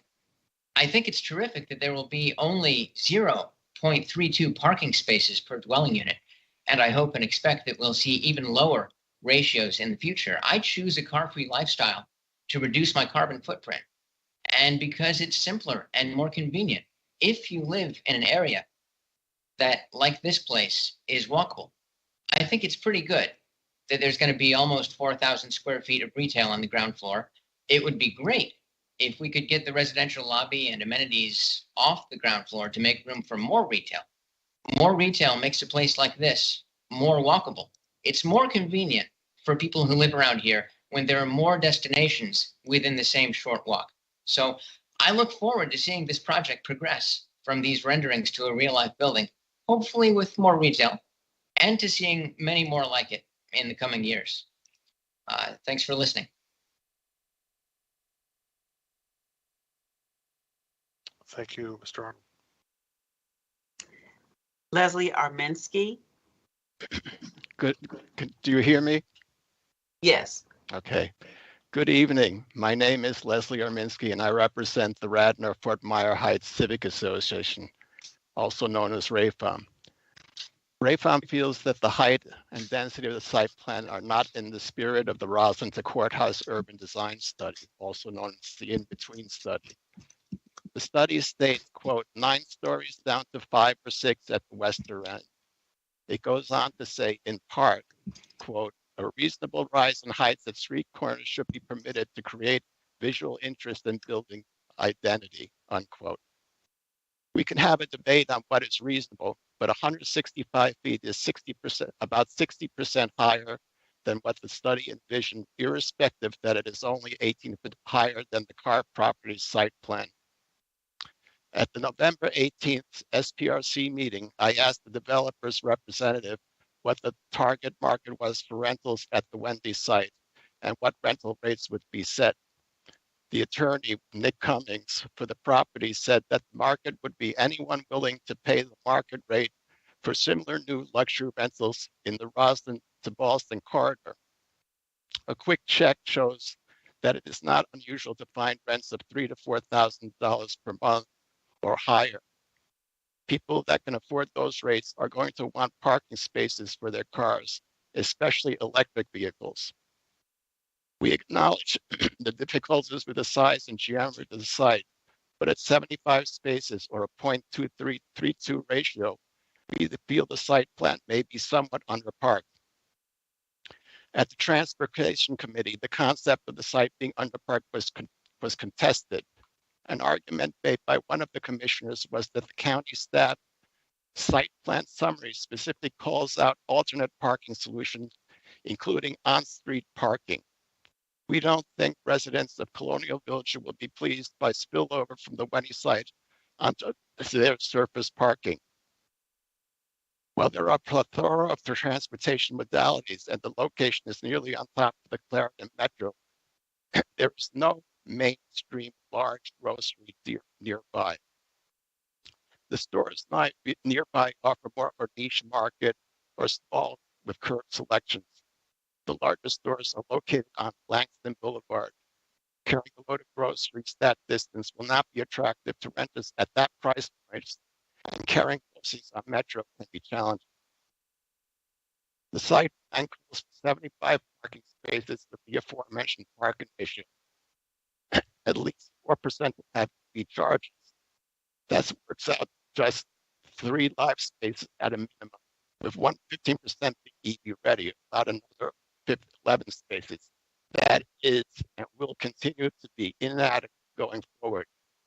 People who can afford these rents want electric vehicles while reducing the carbon footprint when compared to internal combustion engines. Putting in building infrastructure now will avoid costly retrofits in the future. If the goal is carbon neutrality, electric vehicles are preferred. This need has acknowledged C2E2 and the Transportation Committee. I heard a lot of complaints and finger pointed directed toward Dominion Energy as far as getting infrastructure in place with no solutions thus far. Shifting over to affordable housing, the developer has promised 12 committed affordable units on site, which represents about 5%. Rayfund has always in favor of on-site affordable units. The question is if 12 is sufficient, especially considering the height and density developers requesting. As a counterexample, you can look at the Sedona Slate site Roslyn that has 54 committed affordable apartments out of 454 total, or about 12%. And over the years, county staff has argued for reducing parking ratios for properties with affordable housing, because it would be the right thing to do in an area of Arlington that has lack of affordable housing. And since the property may be parking challenged, we think that at least 12% or about 28 units would be more appropriate at a minimum. That concludes my remarks, and thank you for your consideration.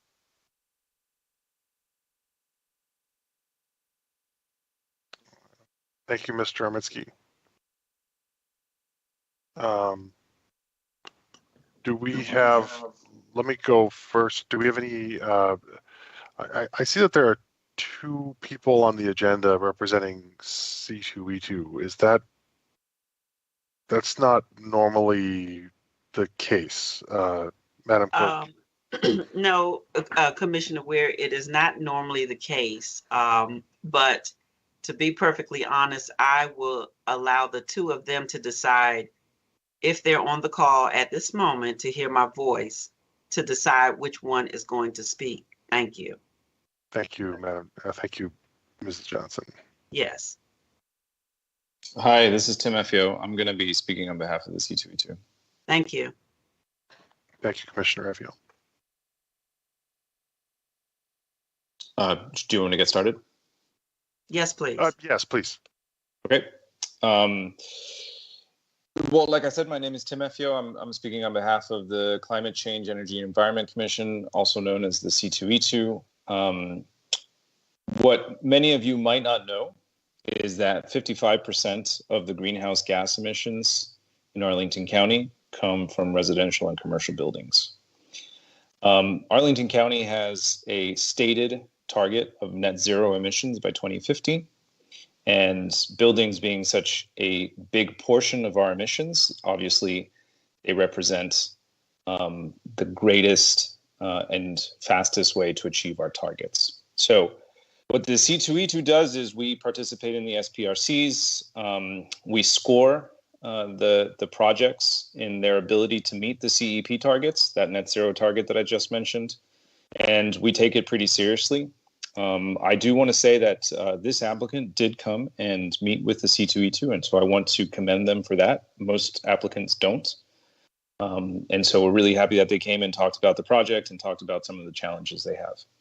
But given the context of carbon reduction, the success of Arlington's CEP in large measure depends on the county's resolve in ensuring that all buildings are at least zero carbon ready, as I said. What that means in practical terms is that buildings have to be highly efficient, they have to be electric, they have to use renewable energy, and they have to be carbon free in their construction, or at least aim to do so. We score this project at 58%, so not a great score, in terms of taking the necessary steps to meet the stated goals of the county. I'll give a little bit more detail. This project meets the Green Building Incentive Policy baseline required for energy efficiency improvements over the ASHRAE baseline and has a planned Energy Star rating of 80. At least 25% improvement in energy efficiency would be better. The Amazon Penn Place project expects to achieve over 30% energy efficiency improvement, demonstrating what is possible when energy efficiency is built into the building design from the outset. Maximizing building efficiency and thus reducing energy use is the first step to building decarbonization. More problematic, however, the building design calls for gas-powered HVAC and domestic hot water systems. Technology supporting all-electric systems is by and large proven, although not commonly used in our area, and with careful design, full electrification can be achieved in multifamily buildings of this size. As soon as the county achieves its 100% renewable electricity goal, which, by the way, it's on its way to achieving, all electrified buildings in Arlington will be operationally carbon neutral, while buildings still using fossil fuels will not. All electric buildings also will improve public health and safety by eliminating a major source of indoor air pollution and risk of fire and explosion. According to the project's LEED scorecard, there is considerable room to improve on the selection of environmentally sustainable materials. That means materials that they use during the construction. In particular, the applicant should seek out materials that are lower embedded carbon to further reduce the building's life cycle carbon emissions. Reducing carbon emissions in construction will contribute to near-term greenhouse gas reductions needed to meet the need for rapid reductions over the next 8 years. We urge the developer further to aim for LEED Platinum certifications and to conduct a full zero carbon building assessment to identify a pathway to making the building zero carbon at the outset. At a minimum, the building should be designed with the electrical infrastructure to allow for full building electrification in the future. That means basically making the building electric ready.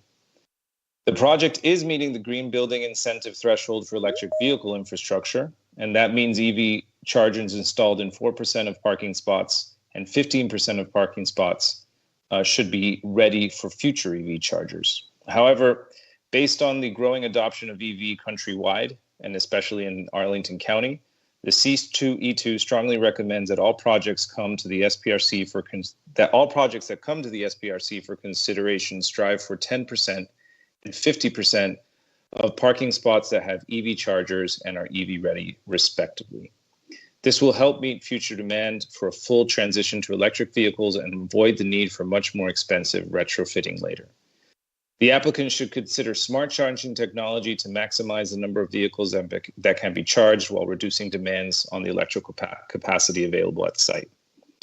We urge the county to ask the applicant to move into the forefront by offering a climate-friendly building with this project. Now, we have also submitted a detailed letter with a very detailed assessment and how we got to our score. I believe the Planning Commission has a copy of that letter. If you don't, please let me know and I'll be happy to email it to you personally. We've also sent it to the board. Again, we take these recommendations and the writing of our recommendations pretty seriously, so we hope that you read our letter and give it its due consideration. That's it from me. Well, thank you, Mr. Effie. Commissioner Lantelmi, let me go to you before we go to the commission. Sure. This was before the Transportation Commission last Thursday, and Transportation Commission first did make the finding that the proposed vacation is consistent with the Master Transportation Plan and voted to approve that unanimously. As far as the project goes, there are a number of transportation improvements that we are getting from this project. The Transportation Commission was very impressed with those. We will be getting widened sidewalks, and not just around the site itself, but also across the street. We will be getting 2 protected bike lanes, part of the continued growth of protected bike lanes on Wilson and Clarendon Boulevards. The parking ratio is low, and which is appropriate for a building that is just a block from a metro entrance, and a number of bus lines, as well as Keppel bike share stations. All of these things come together to be a transportation bonanza to a certain extent. Combined with the landmark project across the street, this whole area will have numerous transportation improvements that will help rationalize a number of the legacy weirdnesses of the Clarendon Wilson combination that was done a number of years ago. So all that is to the good. I note that I was at that meeting and I did not hear anybody on the Transportation Commission state that there is parking on the street that people could use. What we did note is that there is parking in other buildings around the area. There's available structured parking nearby that could be utilized by people in this building. And that I think is noted in the report. I did not recall anybody saying that people in this building could park on the street. So anyway, I just wanted to correct that. But otherwise, as noted, Transportation Commission voted unanimously to approve this project. And that's my report. Thank you. Thank you, Commissioner Lantelmi. Are there any other commissions who are here to present this evening? In that case, I think that we go to Commissioner Sarli and/or Commissioner Bagley. Thank you, Chair Weir. I don't have too much to add. This has been a very thorough presentation. And the process, I think, was fairly thorough also. I'd like to thank staff. They did a good job, the applicant and my co-chair, Nia Bagley, in particular, for helping through the process. I think all of the issues that were brought up tonight are issues that we discussed, and I will leave it to the commission to take up and discuss it further. Thank you, Commissioner Sally. So just, I think it from your written report and from what we've been hearing so far, I think that the initial breakdown of topics sounds like building height, building massing, architecture, and open space and plaza, potentially breaking out plantings and biophilia issues from open space and plaza, but I suspect we can at least start by taking them together. Are there any other topics that anyone would like to add or break out?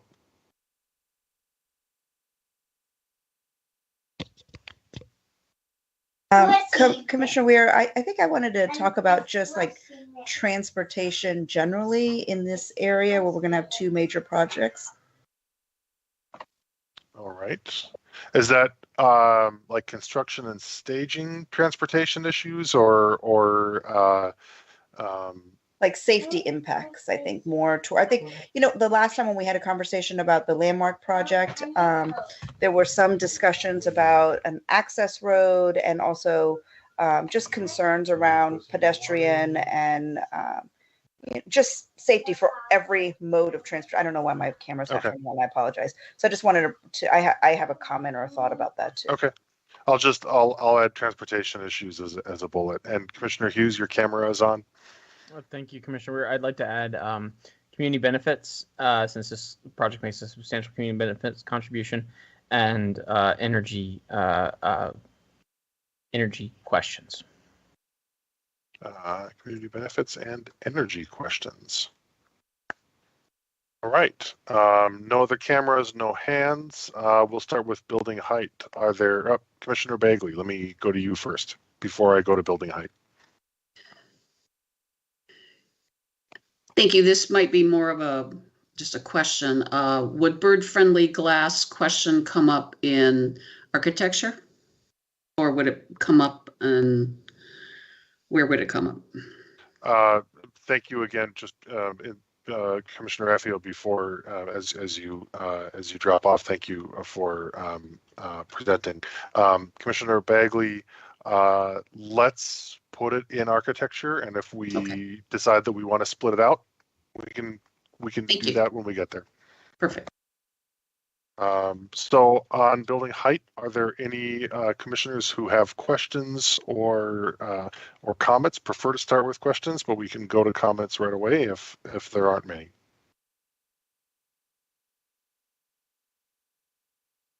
Commissioner Patel. Okay, so again, I'm sorry, I don't know why my camera is not working, but I do have. I wanted to say from the outset, I think the proposal, the plan, the building, all of it is beautiful. The community benefits, the biophilia, I think all of it is lovely.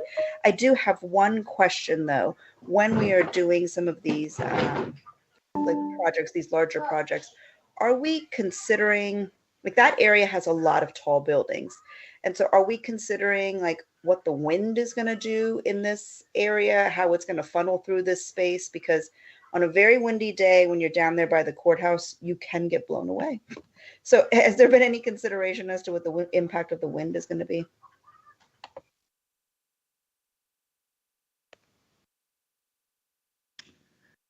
Thank you, Commissioner. I'm assuming that was for staff. I would. Anyone. It's such a weird question, I know. But I just, I work down there a lot, and you're down there. I mean, sometimes on a windy day, some of these doors don't even close, they just stay open and things are flying about. And so I think it's a beautiful building to be anchored on the other side, with the corner of Veach and Wilson and Clarendon. I mean, it's a great kind of, both of these buildings kind of work off of each other, but it's a big wind tunnel down in that area now. Well, today was a windy day also for those who were outside. I understand. I understand the question. I might defer to the applicant in a second to see if they took anything into consideration. I would say that we would do that in the instance where wind tunnel effect or concerns around that regard are captured in our planning policy documents. That's not something that is covered in the urban design study, so it's not something that we really analyze or take into consideration, or sort of agnostic on that. So that's the answer from us. I did want to, though, I guess, allow the opportunity if Nick Cummings or John Banner have something that they wanted to add about what they've taken into consideration with regard to that aspect. I would yield it over to you. Thanks. Yeah, I am going to defer to Mr. Steve Smith from Cooper Carey, our head architect.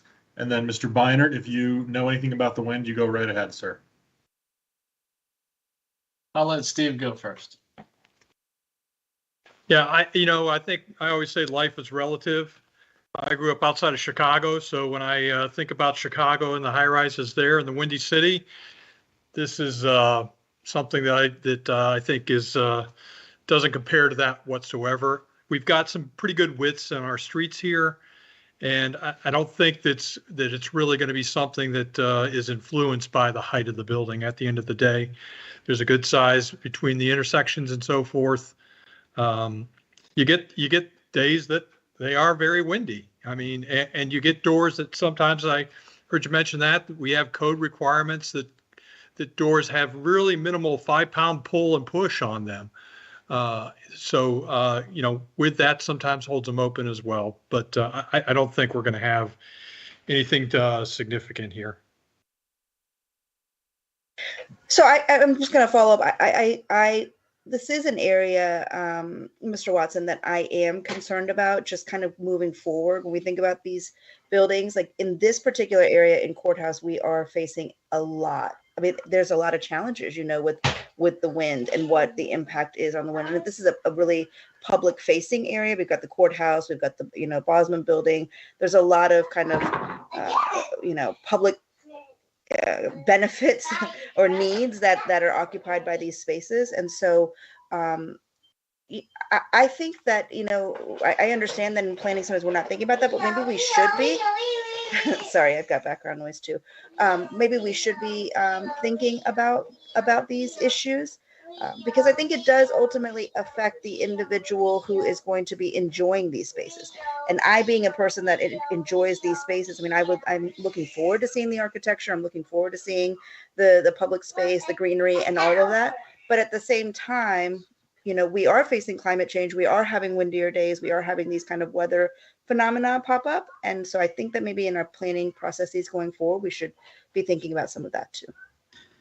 Yeah, no, I appreciate that. No, I didn't want to make it sound like we shouldn't be thinking about that. I simply meant, and we'll definitely take that back. I just meant that, there perhaps could be more discussion around that in the long range planning phase to sort of think about what criteria or benchmarks you'd be setting to then weigh a site plan against, which would be part of the problem of evaluating this. So appreciate the comment and definitely will take that back. Thank you.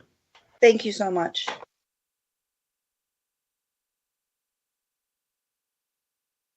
Thank you, Commissioner Patel, for raising that. I think that it is an extremely, it is something you hear a lot. People complain about wind tunnel effects, and I always wonder whether or not it's something that discourages people from being part of activity that's happening in an area. And I wonder if anything can be done about it. Should we move to building massing?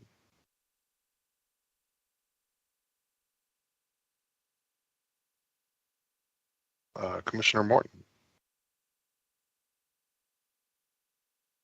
Thank you very much, Chair Weir. I was interested in hearing a little bit more elaboration on why the setback as recommended in the guidance would make this infeasible. I know Commissioner Sarli had suggested something like a 2-foot setback.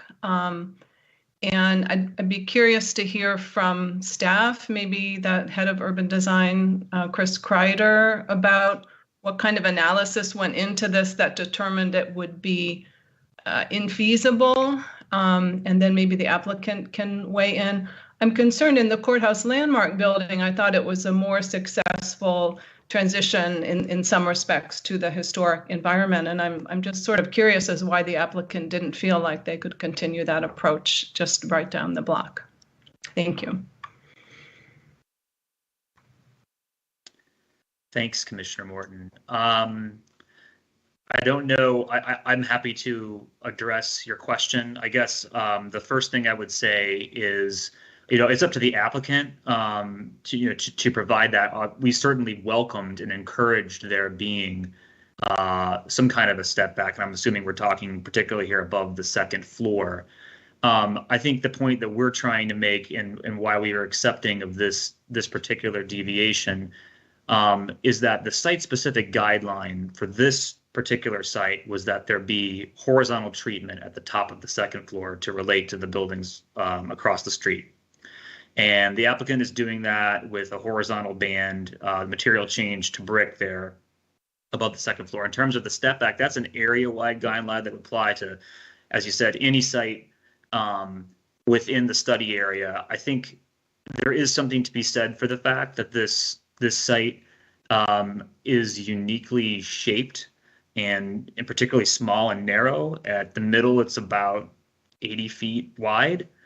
So a 20-foot setback would potentially be infeasible. Now a smaller one that may work better, but again, you're running up against that issue where you have a height limit and you have additional density above the base with the transferable development rights that are vested here as well. So it's I would say it's a balance of all of those things.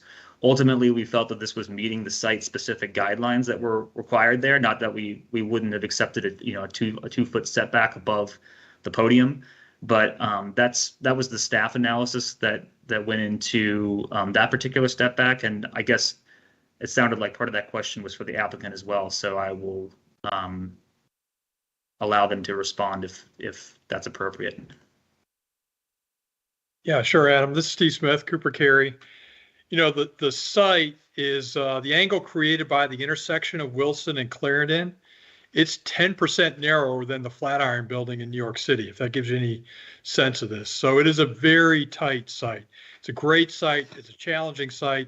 And we as architects respond to the parameters that are put in front of us to try to solve those problems. And Commissioner Morton, as you know, we engaged and had a great process over across the street at the courthouse site there. It is a completely different block.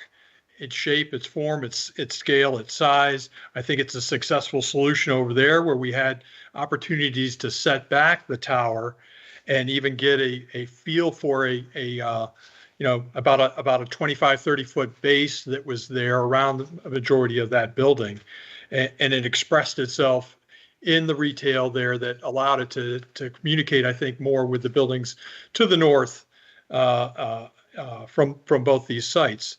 In the case of the Windy site here, we have minimum sidewalk dimensions that we have to create, and we were able to sculpt the building so that we raised it up and we're able to get these wider sidewalks that were desired from a pedestrian experience, both along Clarendon and Wilson.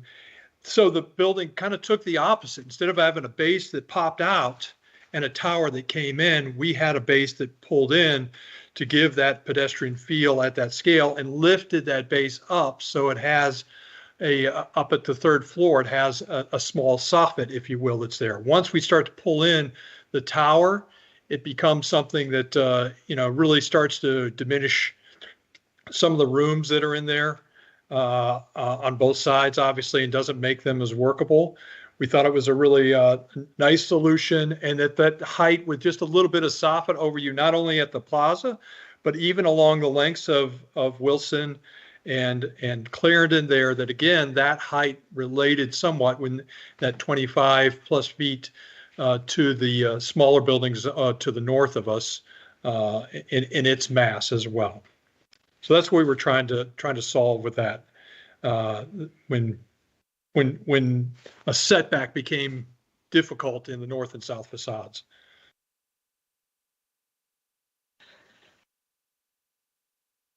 Just some insight to the process, whether you like it or not. Yeah, thank you. Yeah. Thank you. That's where we were going with it and trying to solve the problem. Thank you, Mr. Smith. Commissioner Sarli.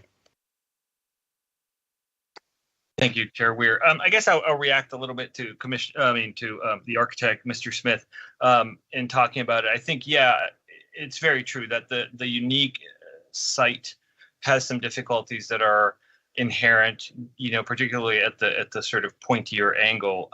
Having said that, I think there are some design solutions that we have in our, little quiver that we can sort of insinuate the notion of setback without actually doing a setback. So I think a little bit of the sort of the design intent, and I think it's about being a little bit more neighborly through materials, and I mentioned 2 feet setback. Those are very effective. When you have a little setback, you switch materials.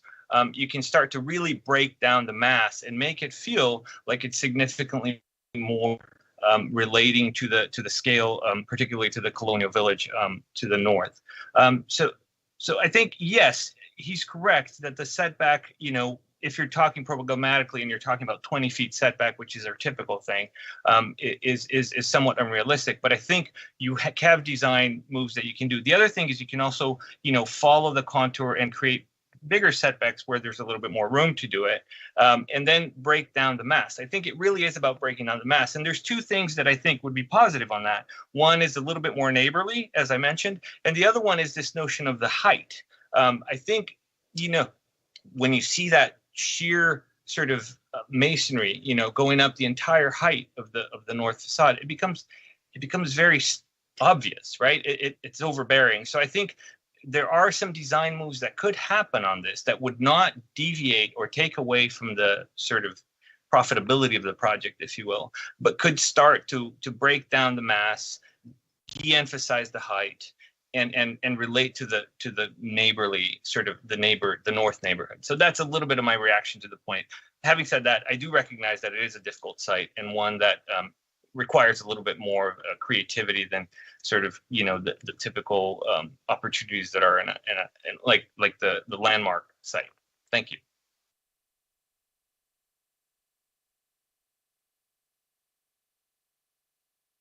Thank you, Commissioner Sarli. Anyone else on massing?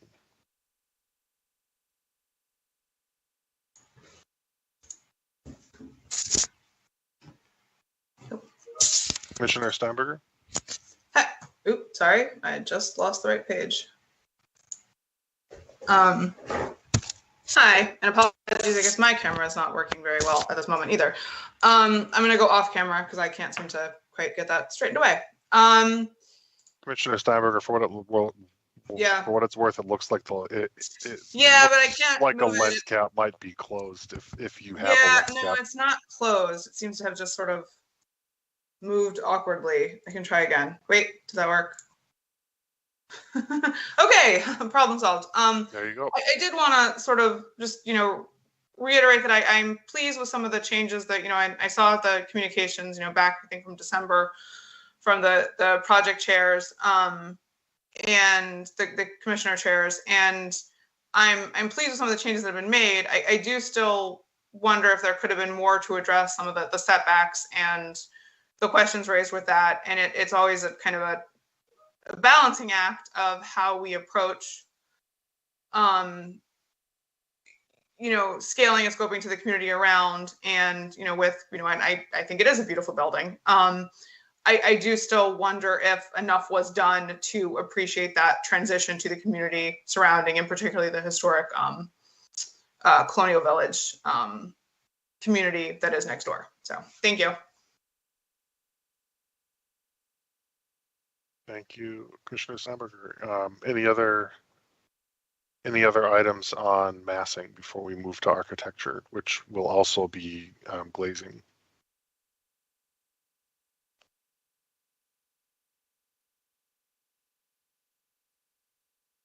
We will go then to, I think we'll do a fairly smooth transition then to architecture. I know Commissioner Bagley, you wanted to talk about glazing, but Commissioner Peterson beat you to raising her hand. So Commissioner Peterson.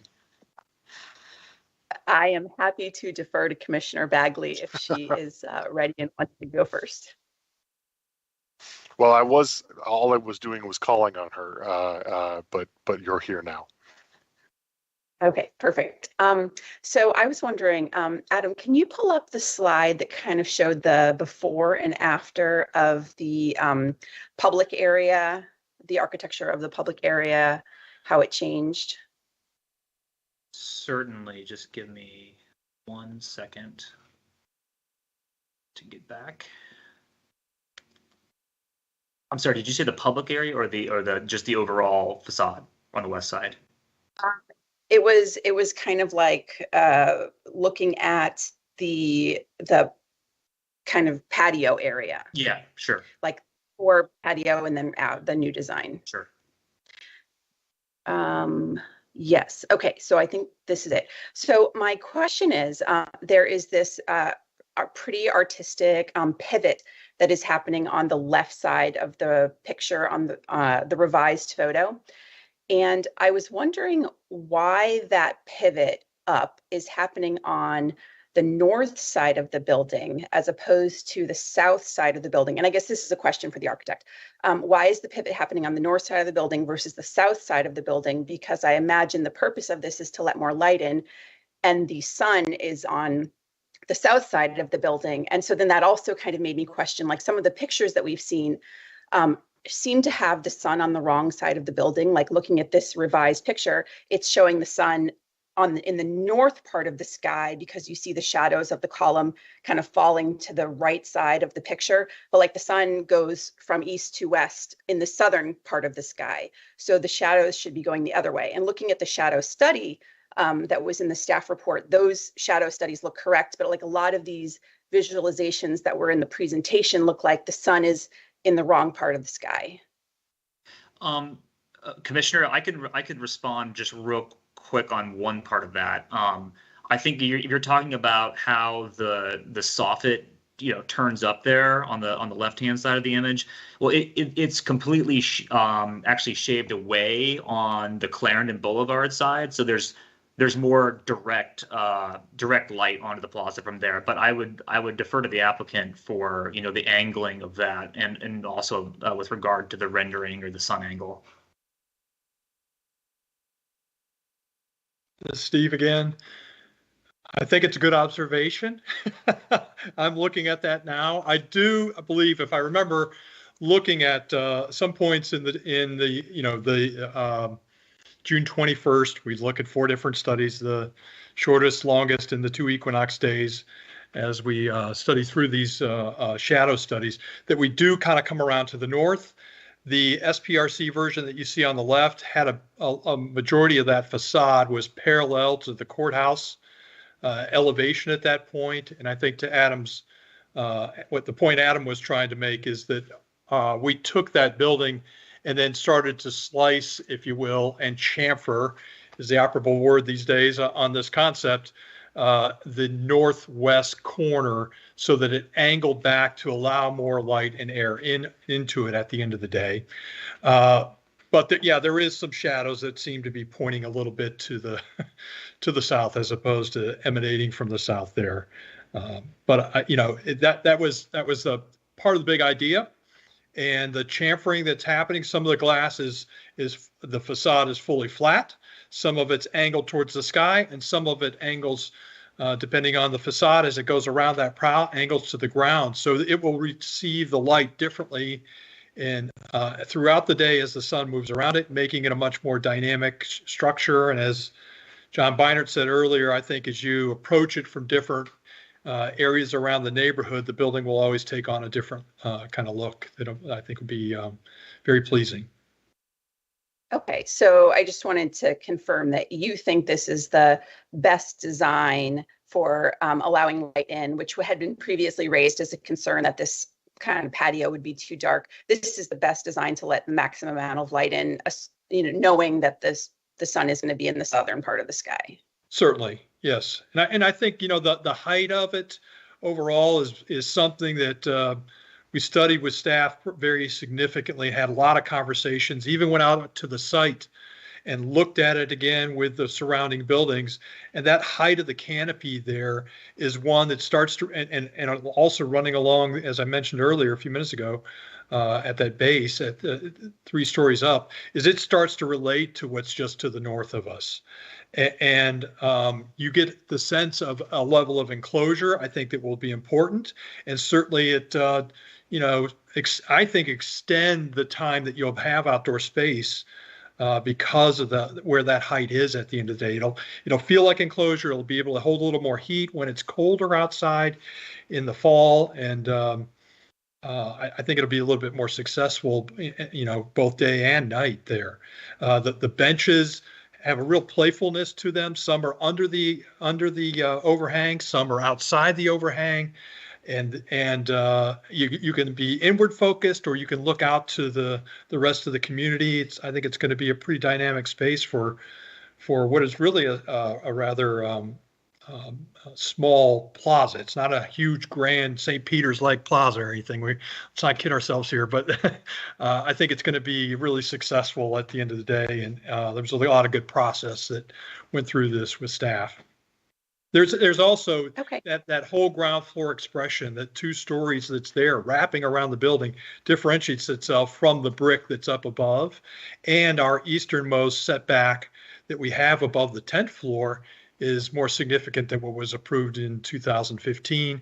And we have a glass element up there that changes materials as well, that gives some relief, I think, to the overall mass, as well as the architecture and the materials.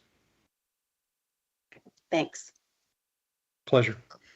Thank you, Commissioner. We'll go to Commissioner Bagley. Thank you. First, I do appreciate the sort of like the unbulking of the plaza and really making it feel as though it will be a little lighter, and not just lighter in terms of allowing more light in, but lighter in terms of just the materials. So I do appreciate that. I also wanted to ask, Adam, can you pull up the slide that shows like the facade on the western side where it's like the sheer glass? I know that this project has met the current guidance that we have for bird-friendly glass, but I am a little concerned. That's the one.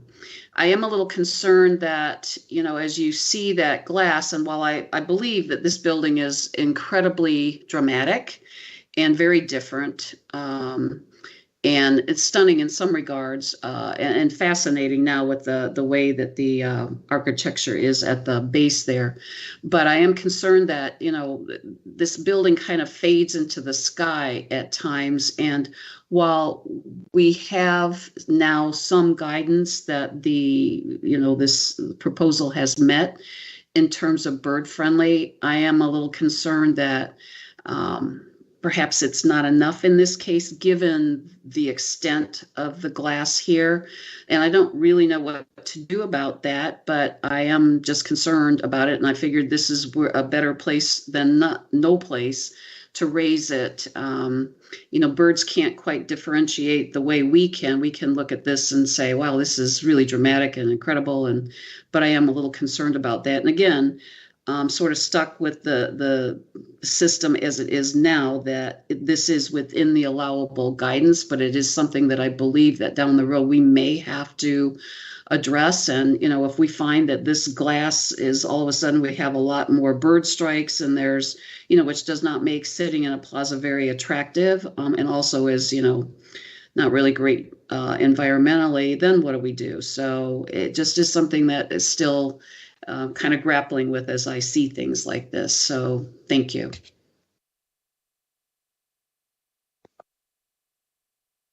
Thank you, Commissioner Bagley. Commissioner Giron. Thank you, Chair Weir. I want to align myself with Commissioner Bagley's comments. I agree that this does meet the intent of our current plans to provide for bird safety.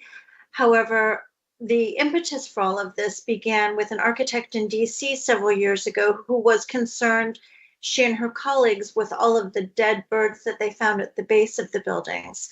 So I share Commissioner Bagley's concerns and probably those of the architect as well. You don't want to have a beautiful building like this and then have it be known as, the bird, massacre site. So I want to encourage you, and perhaps you already have this in your plans, to be cognizant of this and monitor how the building is doing with regard to bird strikes. It's a serious issue across the globe, but certainly in areas like ours where we have a lot of buildings, tall buildings made of glass. We have a lot of light pollution that's also disorienting to the birds, and we are on a migratory flyway. So we're particularly creating a hazard for the birds. So if there's any plan to monitor that, I'd love to hear it. But in any case, I do want to align myself with those comments. Thank you, Commissioner Gearan. Mr. Beinart, is there a factual item that you wanted to help us with? Yeah, that'd be great. Sorry, I'm trying to get on board with the whole raising hand thing. So one thing to notice, to point out, we hired Christine Shepard of the American Bird Conservancy to consult on this project, just knowing kind of the design intent that we were going for. So she's had input. She helps all the county on their bird-friendly glass policies. So she's reviewed the design, is consistent with our recommendation, and actually recommended that we could lower the amount of bird glass from the county requirement, but we're going to meet that absolute requirement either way. So understand the concern, but we've done what we think is the necessary steps to ensure that we're doing the right thing for the birds and the building. Thank you. Thank you, Mr. Beinart. Anything else on architecture, or should we go to open space and plaza? Let's go to open space and plaza then. I will defer to Commissioner. I have a question, but I'll defer to those who are raising their hands. Commissioner Lantelmi, starting with you.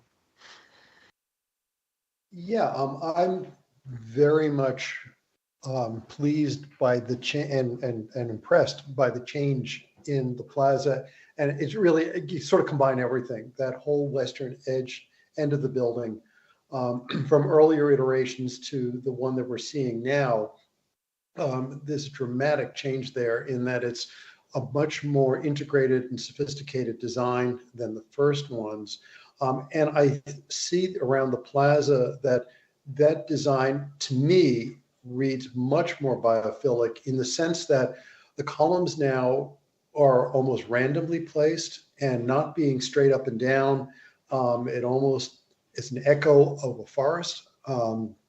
The plantings around it, the seating, all of those things work very well together, such that I think that I basically take my hat off to the designers on this and the SBRC for working to make this happen. I see it as being quite well done, and I'm very happy to have seen that. So I'll leave it at that. Thank you.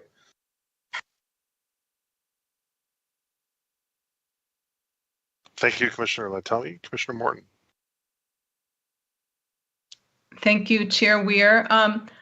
I, like my colleague, appreciate the evolution of the Plaza columns. I do think it's successful in many ways. So kudos to the applicant, staff, and the chair for continuing to encourage that refined vision.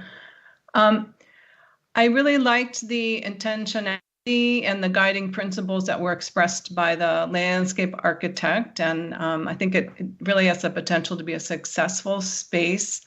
I am concerned, particularly given, as Mr. Smith just said, it's not a huge space, and the staff report on page 17 talks about the potential for a future use permit for a restaurant. So I had a couple of questions about that. Would there be some sort of maximum percentage of the plaza? And I was sort of, I don't want to say wincing, I was regretting seeing how well thought out the plaza and the texture were, knowing that part of it may be blocked off. So I'm wondering, given the significance of this as a gateway and the public plaza being an important part of our planning guidance, again, I know this will come up again, possibly for another hearing, but can we establish up front, is there a maximum percentage of that space that could be privatized for lack of a better word? And how can we continue to ensure that it reads and functions as a public space? Before we even accept something to go out for a hearing, are there some parameters that we're not even going to, accept a subpar application for? So thank you. Yeah, thanks, Commissioner Morton. I would just say all the things that you just mentioned are certainly things that go into staff when they're evaluating those use permits for an outdoor cafe within a public plaza. There's no, at this point in time, percentage of the plaza that, is sort of like envisioned for outdoor seating or set aside for anything in that regard. I would say with other site plan projects, there have been instances where a certain area of the easement or the plaza area has sort of been identified as being a zone sort of in which the county board might consider there being a future use permit for an outdoor cafe, because that's just a completely different process. The applicant needs to establish a restaurant tenant first. They need to have a certificate of occupancy for the indoor dining, et cetera. But there has been a precedent for that with other projects, which could be potentially something that we could investigate with doing with this one as well. Just sort of establish sort of more of a boundary, I guess you might say, up front for where that might be. However, that being said, I also don't know what the applicant's intent exactly is here. I've heard mentioned that this would just want to be flexible public seating.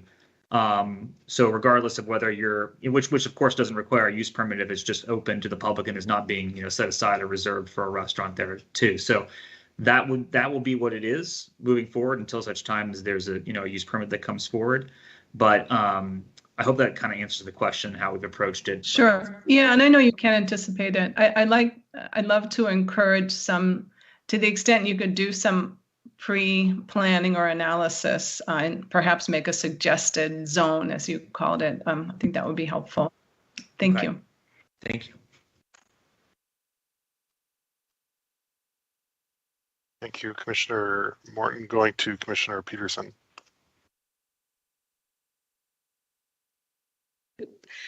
Hello. I had a follow-up question from one of the SPRC meetings, which was about the dog relief areas or pet relief areas. And considering how beautiful this area is with all the biophilia, I could imagine that if there aren't designated pet relief areas, people may just take their pets, everywhere, and that might kill some of the beautiful species that you have curated for this site. So I was wondering about that. I had asked this question, I think, back in November or October at the SPRC meeting. So I think this is a question for the applicant. Sure, thanks. I think we're going to be pretty mindful of kind of creating that barrier within the public space to make sure that it does stay nice and planted well. On the north side on Wilson Boulevard, we've actually doubled down on the bioretention planters and the tree pits, whereas typically you would have the trees in the bioretention planters. So that north side of Wilson is like extremely, let's just say, ready to receive for the pets in those probably bioretention planters or the tree pits on that side. So definitely understand the concern and definitely want to, keep that kind of fenced off in that public plaza and maintained as well as possible. I hope that answers your question. Yeah, do you know, are you anticipating having this being a pet-friendly building where the residents will have pets that you will kind of guide, like direct them where to take their pets, or?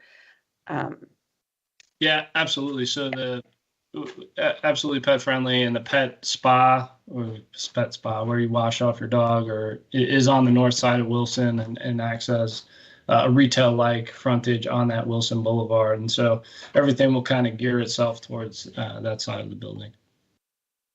Okay, thank you. Thanks. Commissioner Bagley. Thank you, Mr. Chair. Yeah, I just want to align myself with Commissioner Morton's comments. Those were exactly, she states it more eloquently than I would, but what I would hate to see happen down the road here after we've had so many conversations about opening up the plaza area and being a small compact space and providing an opportunity for folks to hang out and just feel like they're outside, that we see in a couple years to come that, oh, we're putting a restaurant in there, and then all of a sudden this opportunity is greatly diminished. So I would strongly encourage that we be thinking about something that will protect the space as much as possible, while still giving an opportunity for retail if needed or wanted there. So I just wanted to take that one step further. Thank you.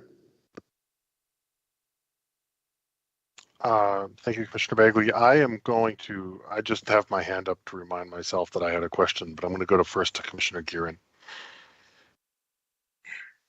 Thank you, Chair Weir.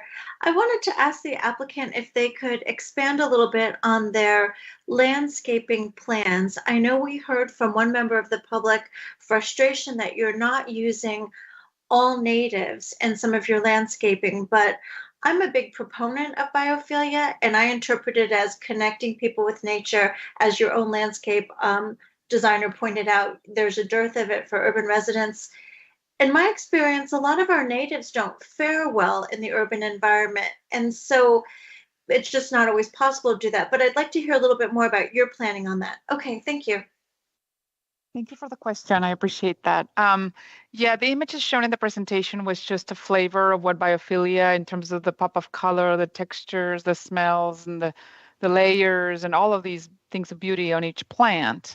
It's not a final curated plant list. Northern Virginia has a fine curation of just plants that are natives. Not all natives are perennials. We have perennials that are natives, which are the ones that would foster this natural habitat. Let's just be mindful that the area, and understand that the area of the landscape in the plaza is relatively small. We're going to be using the aggregate of all the bioretention planters and all of the other perimeter landscaping, the aggregate, to create something of quantity, right, of presence.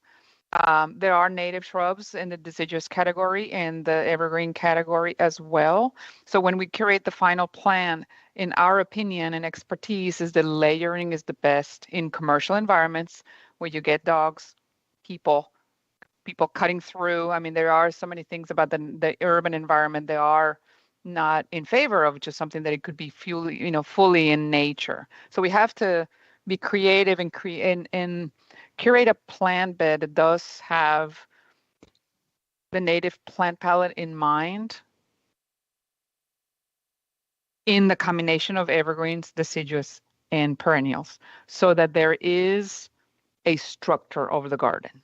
If all the natives are thought as perennials, flowers, and everything is that, they have a cycle, as you know, and they go dormant in the winter, and then the people are more prone to walk over those areas where there's no population of plants, and then you begin to deal with compaction of the soil and everything else. So over time, those perennials even have a hard time coming back.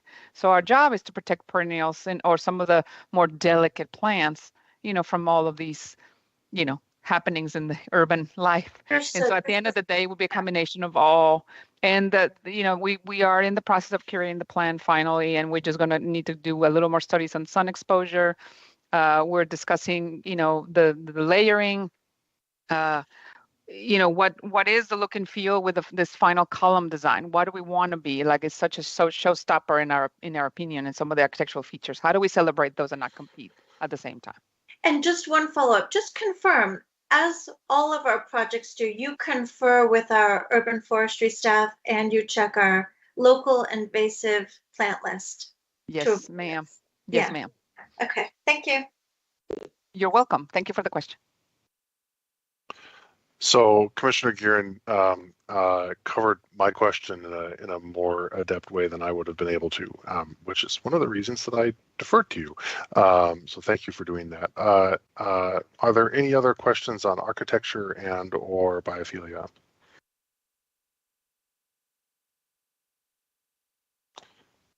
In that case, we will go to transportation generally. And Commissioner Patel, I think you had a statement that you wanted to make here, but also if there are comments or questions about the community benefits package or related items, those would of course be appropriate here as well. But Commissioner Patel. Thank you. You know, when this kind of goes back to our prior conversation on what this area is going to look like and whether the discussion I'm thinking about is a conversation that Commissioner Steinberger, Commissioner Morton, and I shared some concerns around a through street in that landmark property, the courthouse area as a public space, and then also just thinking practically on a day-to-day basis around the number of cars and scooters and bikes and people that exist in this specific area. And so my question really goes to staff around, you know, we asked this question the last time around, but what is the county going to be doing around ensuring that it really has a good handle around safety for the movement of people, bikes, cars, and any other modality of traffic or transportation in this specific area, especially when we're thinking about residential with this building? Because what I'm concerned about is, you know, you have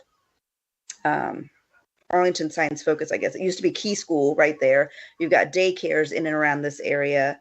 You know, you have people using these government buildings. And so all those people come to those spaces in different ways. And a lot of them do include cars.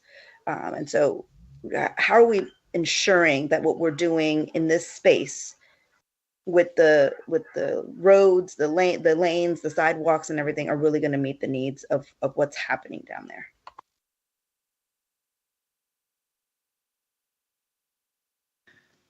Thanks for the question. I'm going to defer that to Mr. Gibson, who's here with us.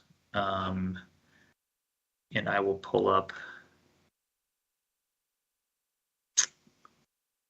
try to find a transportation slide here for you.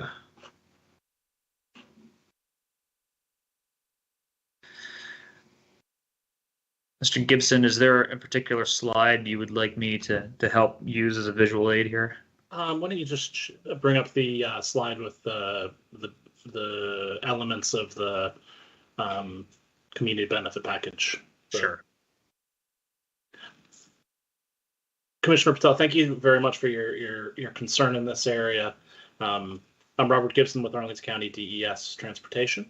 One of the benefits of sort of the timing of hearing the landmark block and this proposed amendment, it allowed us to build on our broad multimodal transportation goals for Clarendon, for Courthouse, that were started with the landmark block.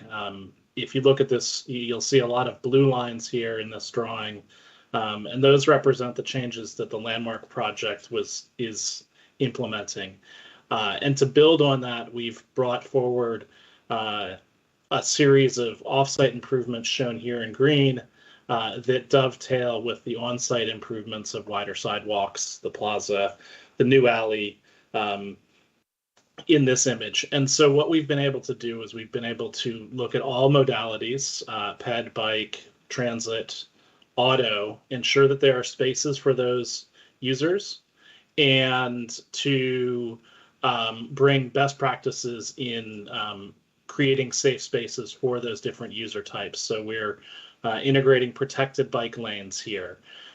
Those protected bike lanes help to create a protected intersection here at Courthouse where there will be shorter crossing distance for pedestrians. We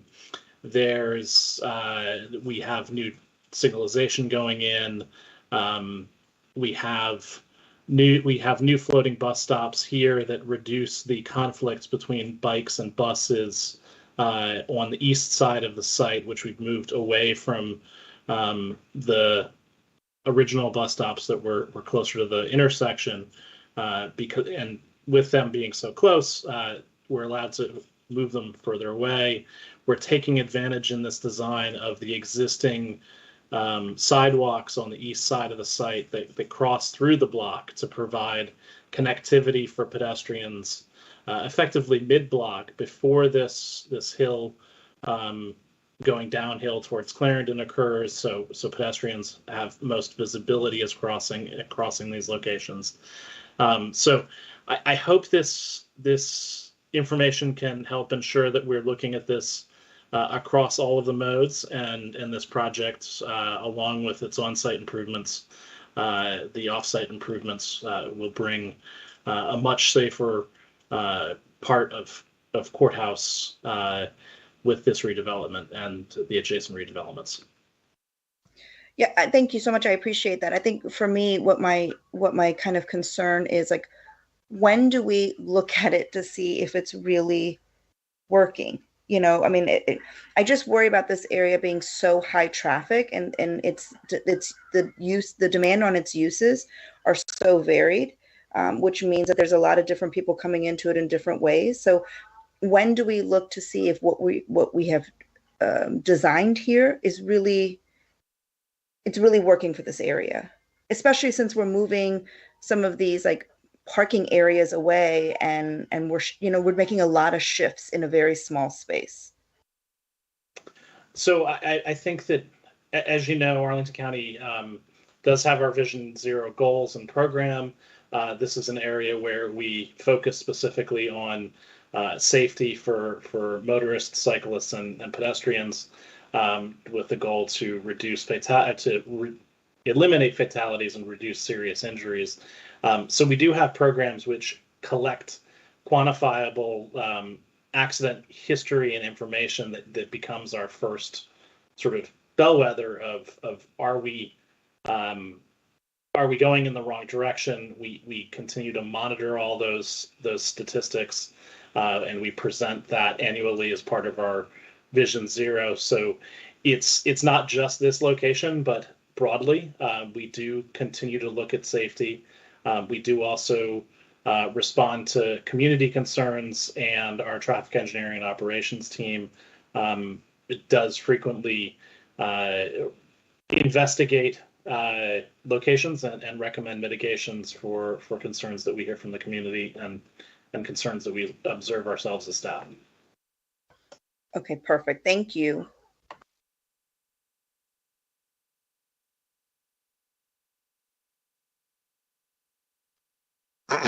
Thank you, Commissioner Patel and staff. Go to Commissioner Hughes. Thanks, Commissioner Weir. This is a community benefit section. Is this correct? Questions associated with that? Still transportation. All right. I will shut up and let Jim go then. Commissioner, tell me. Thank you. Yeah, one thing that did come out of Transportation Commission last week is that this project, compared to the office building that had been originally approved 5-6 years ago, is that this will generate less car trips than that office building would have. That's the projections. We then also asked further, compared to what the Wendy's site, what the actual Wendy's and the bank did. And while the data wasn't there, and maybe either staff or the transportation consultants were able to figure that out over the past few days, but there was speculation that that the fast food restaurant with its drive-through, and I think the bank had a drive-through too, would probably have generated more traffic than either of these approved projects. So this project actually will lessen the amount of traffic in the area. And I thought that'd be we found that was an interesting point in favor of the project and the overall transportation improvements around the building itself. So thank you. Thank you, Commissioner Latami. I think then we might be ready to go to community benefits, unless there's anyone else who wants to speak on this matter. Commissioner Hughes. Thank you, Commissioner Weir. And I just feel like it's always worth noting anytime we get these on-site contributions, both to the applicant and to the community and for staff. And while I appreciate Stan bringing it attention that we only have a 30-year minimum, I do want to commend staff on achieving the on-site contribution. For those of you who don't know, this is my 7th year doing Planning Commission. And when I began the commission, this was a rarity that rarely occurred. Although staff will point out that the GLUP changes are what makes this possible. And so it's important to remember that. But I do believe it's a renewed commitment from staff to do this on site. So I really just want to make sure that is just drawn attention of how rare that is and how much of an incredible benefit that is. And so I just wanted to just make that in the public record, Commissioner Weir. So I appreciate the time. And then I do want to follow up later with an energy question when we get to those points, if there are no other community benefit questions. All right, thank you, Commissioner Hughes. And I share your excitement to ever see on-site provision of committed affordable units as well. Actually, if you don't mind, since it is I'm at the end of my time, so I've only got a year left, and I just think it's so important for my colleagues. For those of you who may not have read the entire staff report in detail, I just want to draw your attention to, I think Mr. Watson has done just an incredible job here. It's very frequently sort of glossed over here, how we get to this. And that is on a page, I'm just trying to make my computer get to it, where he speaks about the affordable housing. And he outlines for us really clearly the choices. And our great Commonwealth legislature, which we all are subordinate to, have to remember that fact, has laid out the choices in some ways in the side of our state code. And so it's important to remember that the applicant has a very quick base choice. They have 3 choices. They can, or 4 choices fundamentally. They can give a cash contribution. They can do an on-site unit. They could do a nearby unit or a little bit further away units. And Adam just did an amazing job. If you go down and read how it is 1, 2, 2, and then it's also only $121,000 to meet the minimum base affordable housing ordinance statements. And I know 121 seems like a lot of money, but just for perspective, for everyone's knowledge, there's not a single unit in this building that will be built for $121,000, period. And so when we get these units, it's just so important to remember that. And I really just want to make sure that we all sort of draw attention to that and remember that going forward, because I won't be here soon. And I just hope that many of you do realize and recognize the incredible value we have in our community by getting these units on site in buildings. And thank you. Thank you, Commissioner Hughes. Commissioner Bagley. Yeah, and exactly right, Commissioner Hughes. And yes, there will be people behind you that will be thinking of this. On a related note, and it is admirable because as we all know, it's becoming much more expensive to be here, and it discourages people. So we have a little level here for, folks who are in low income and affordable. But I guess my question is, are we approving another building here that will become luxury rentals? And if so, again, we kind of take the middle out a little bit. And then I guess my next concern, I don't know if it's really a question, but my next concern is, do we see this come back in 3 years and we have to approve hotel because we couldn't fill the luxury units? Because we're seeing that more and more. And we were seeing that, by the way, before the pandemic started. So, it's kind of related, but we're taking the middle out and we're making some inroads into, some affordable housing here. But it's a broader question that we're seeing more. And I Just wanted to bring that up now. Thank you.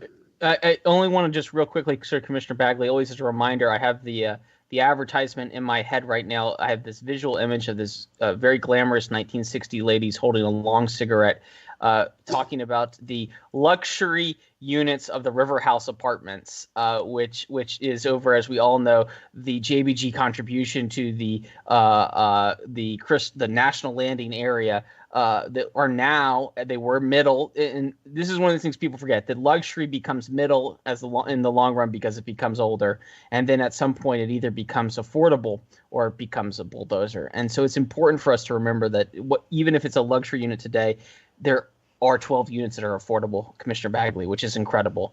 And on top of that, there is the whole housing stock thing. But I do agree with you on many of your points. It is a bigger conversation. But that lady holding that cigarette in the ad for the River House Apartments for luxury units just sticks in my head.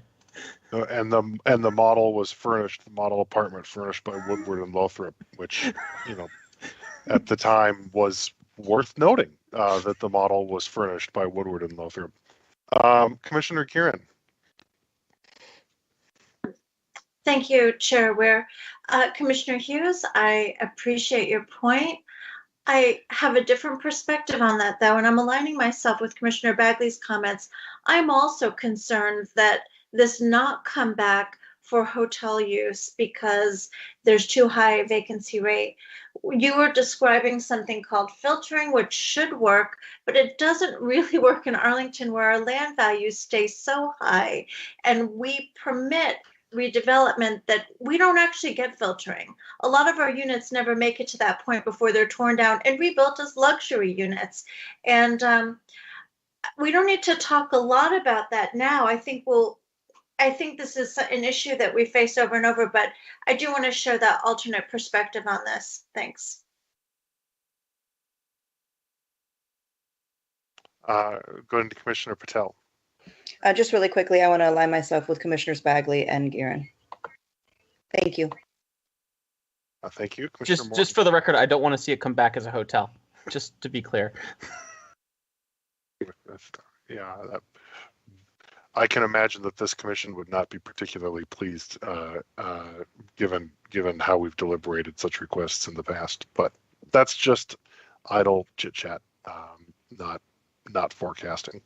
Commissioner Morton. I will also associate myself with Commissioner Guerin in particular, and the conversation about filtering really is nuanced and complex in a market like this. So, thank you. Anything else on community benefits before we go to energy questions?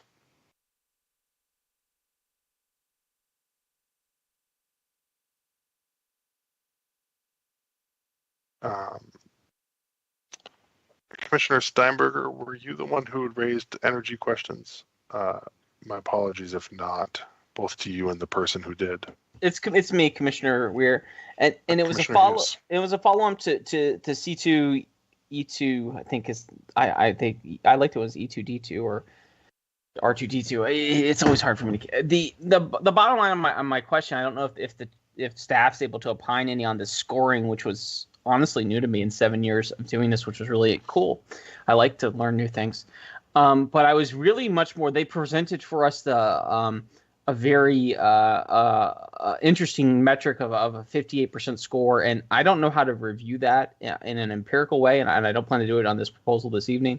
But I think in the long run, for the record, I would like to say that it would be more helpful for us, or at least for this commissioner, to see that information, not in relative to such an exemplary proposal such as the one that Amazon's bringing forward, but more towards the status quo, which I would honestly say is either a single-family detached home redevelopment or a townhome redevelopment. Just because I think that the embedded carbon just so many things are so curious about this conversation. So I would just like for the record to show that it's very interesting that this was brought up. I look forward to maybe seeing that in the staff report. I didn't see anything in the staff report with a scoring metric for it. And if staff does have that, Mr. Watson, if I missed it, I apologize, sir. but it's just a real curious information to have been brought up in this meeting. I'm not familiar with it in my 7 years. I haven't heard about the scoring, and I'm sure like Commissioner Morton and Commissioner Gearin are probably just chuckling on mute right now, and Leo as well. So I would just be curious if we have information about like what a baseline is, like a single family home new build, when they tear down a 37 brick and put up a stick, like what does these numbers look like relative to this, what I consider to be a relatively energy complementary building. So if staff wants to opine on that, I see Mr. Watson up. Yeah, I appreciate that, Commissioner Hughes. Just going back a second, also want to express our appreciation for your appreciation for having on-site affordable with this project. But in terms of the scoring, and I think I maybe don't remember the whole comment that was provided, but I believe that the score that was given is a score that's based on a methodology that C2E2 developed for rating this. That's not that's not related to anything that's in our CEP as far as I'm aware in terms of our own scoring metric for that. All I can say is that this project does comply with our green building bonus density incentive policy for the FAR level that it's aiming to achieve.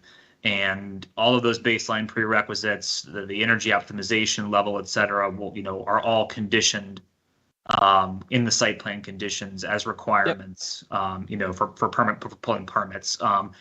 I don't know if there's anybody else on the staff team here who may be more familiar with that, but I don't know the methodology behind that. Oh no, Mr. Fusarelli is coming in. I've asked a bad question. I'm sorry, sir. Good evening, Mr. Chair. If allowed, I'm happy to speak very briefly, I think, to Commissioner Hughes's questions. And I think Mr. Watson, I think, responded accurately in terms of the way we evaluate the proposal and the energy considerations associated with it. In being part of a number of conversations related to the C2E2 checklist that was included in the letter or the presentation this evening. It is a relatively recently developed checklist that commission has developed to really evaluate, and I think generally to push the envelope in terms of their view and their perspective on development proposals with respect to their view of our adopted goals related to the community energy plan or other considerations. So this is a relatively new way of approaching of the commission approaching site plan proposals, but they have been including this approach with a number of recent projects that have come forward to the commission and to the board. We anticipate, to continue to see this type of evaluation from the commission, but it may sit more so within a broader conversation about how we continue to evolve and progress our county level energy goals and aspirations over time, as opposed to, what specific moves it might inform on a project by project basis. But we will continue to monitor and work with applicants and the commission as we move forward. Thank you, Mr. Fusarelli. I want to just appreciate your response, and Mr. Watson as well. And it's so intriguing, after 7 years, I always love that we learn new things on the commission and are always evolving. And I do think, at least for this commissioner's standpoint, and I think, and I'll make it for the record for C2E2, the relative performance between buildings is important and informative, but the absolute, comparison of alternatives is also a very important thing. For example, as I said, a single family detached home versus 240 stacked units, and how we can think about our community as a whole. So I appreciate it and look forward to it evolving. Thank you, Mr. Fusarelli.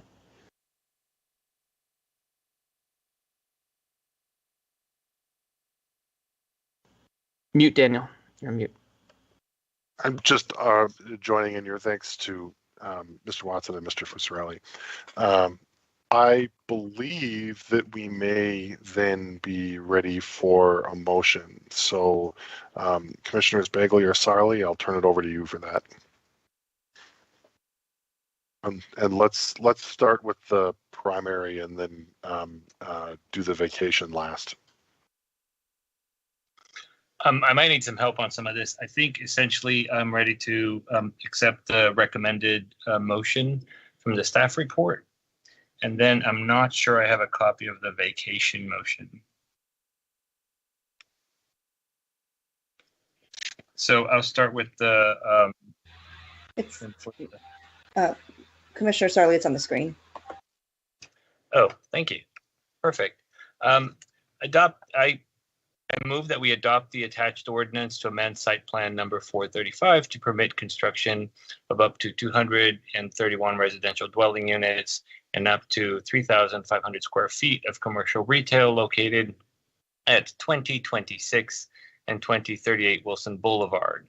RCP's number 17-011-011-012 with modifications of zoning ordinance requirements, including additional density, reduced parking, and loading requirements, increased compact parking, density exclusions, and other modifications as necessary to achieve the proposed development plan, subject to the conditions of the attached ordinance. And then before someone Second. seconds that, Sorry. I wanted to make sure that I heard that right. That was a motion that the Planning Commission recommend that the county board adopt, right? Yes, I believe so. Okay. Thanks. I have misstated that point myself in moving in making motions. Second by Commissioner Bagley. Before I entertain any discussion, is there anything that either of you would like to speak to on behalf of your motion?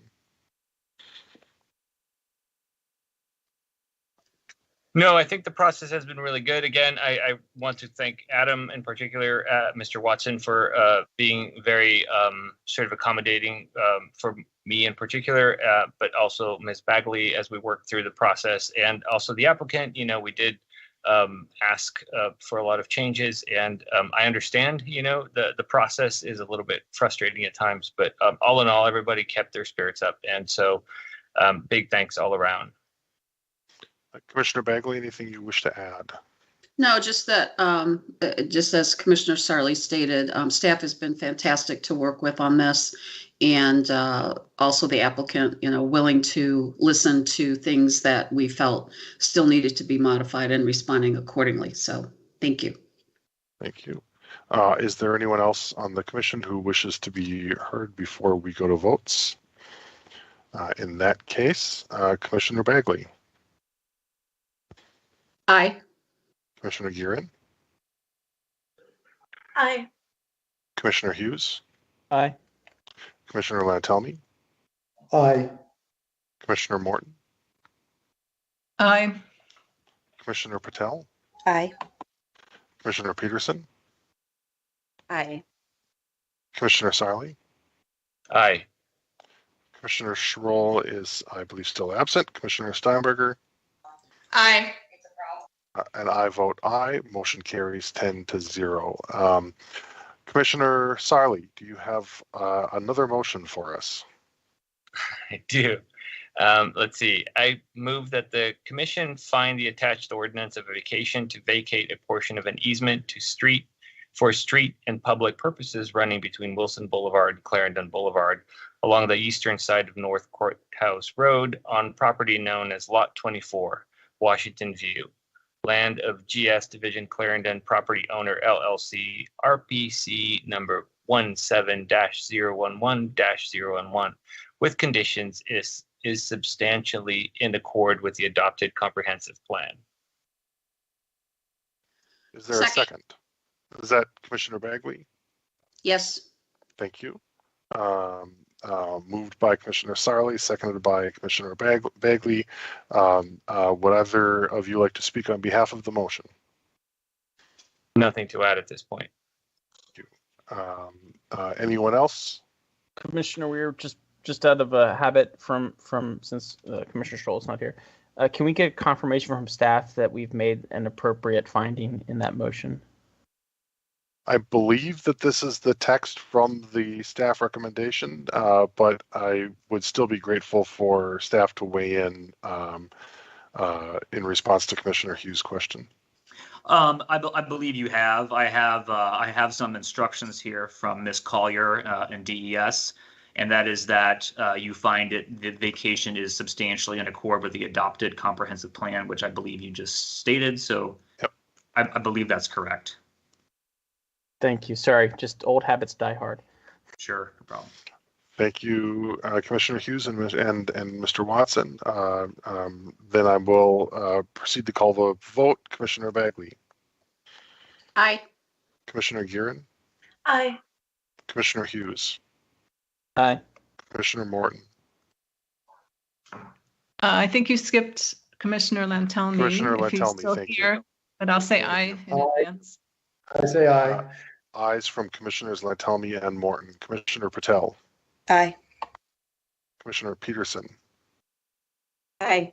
Commissioner Sarli. Aye. Commissioner Schroll remains absent. Commissioner Steinberger.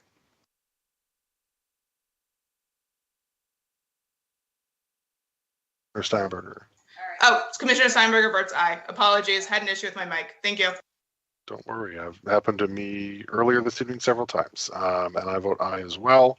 The motion carries 10-0.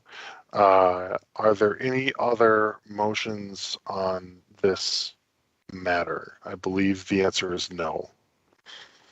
Going once, twice closed. Thank you, Madam Clerk. Would you please call the next item? Certainly. Our last item for the evening is Site Plan 64, Marymount University. We have Courtney Badger, our planning staff, to present this item this evening. Thank you. Let's move along. Thank you, Ms. Badger. Good evening, commissioners. I am waiting for permission to share my screen, and once I have that, I will share my presentation here.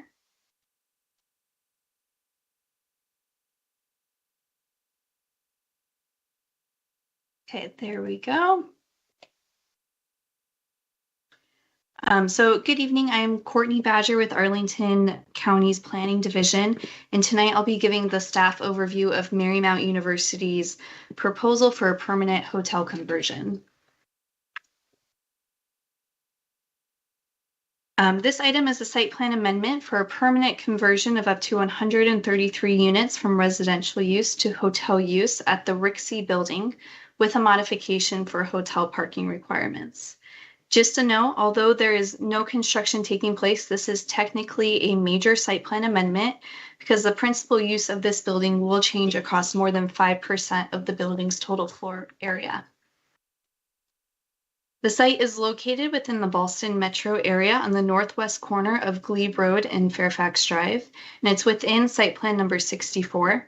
The hotel use is proposed to take place in the Rixey building, which is the building outlined in white on the left image of the screen and shown in street view on the right. Before diving into Marymount's request, I want to briefly go into some of the history of the site to provide a little context.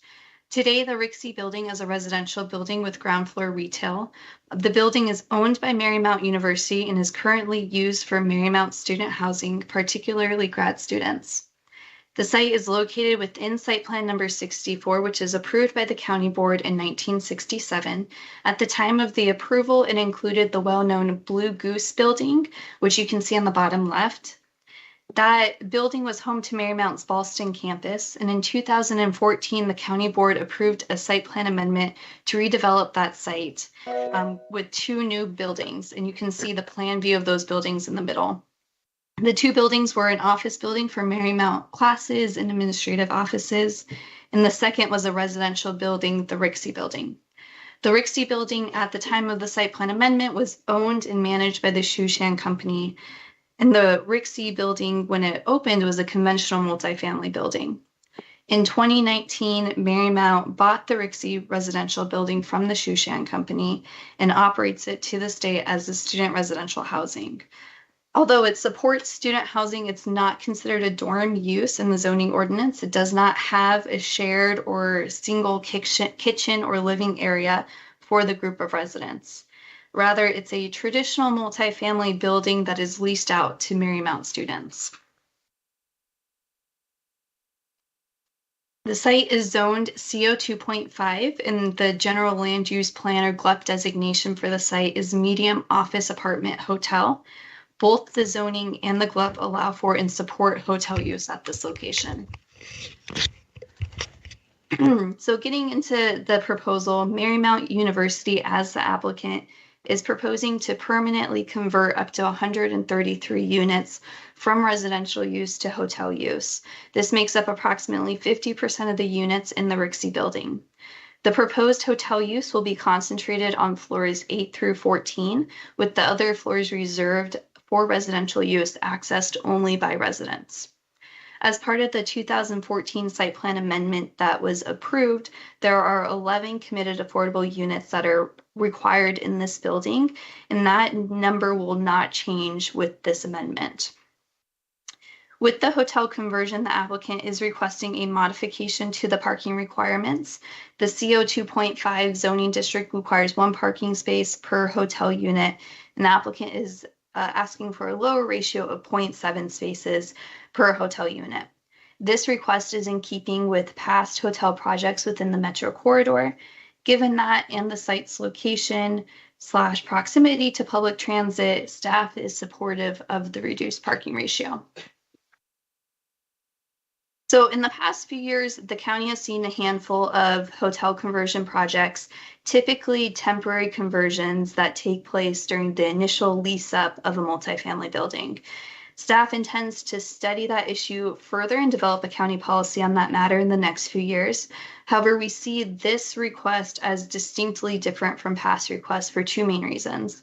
First, this request is for a permanent conversion to hotel use, unlike the past ones, which were temporary.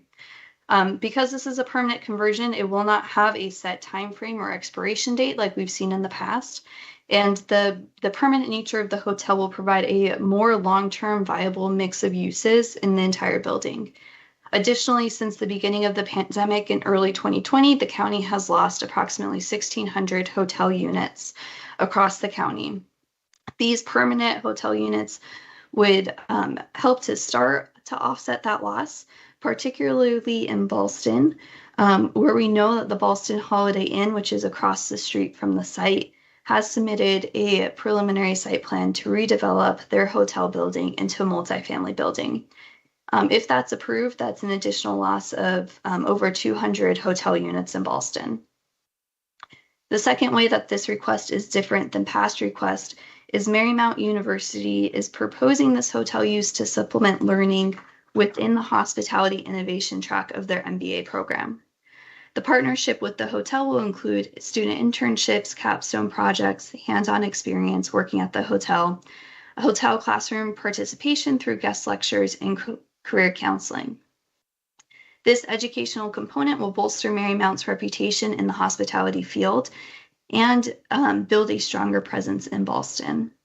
The pairing of the hotel units and the educational component, we feel, further distinguishes this request from past temporary requests and provides unique opportunities for the students in the community. In closing, the request to permanently convert units from residential to hotel use fits with the zoning and the land use of the site. It's distinctly different from past temporary conversions that the county has received.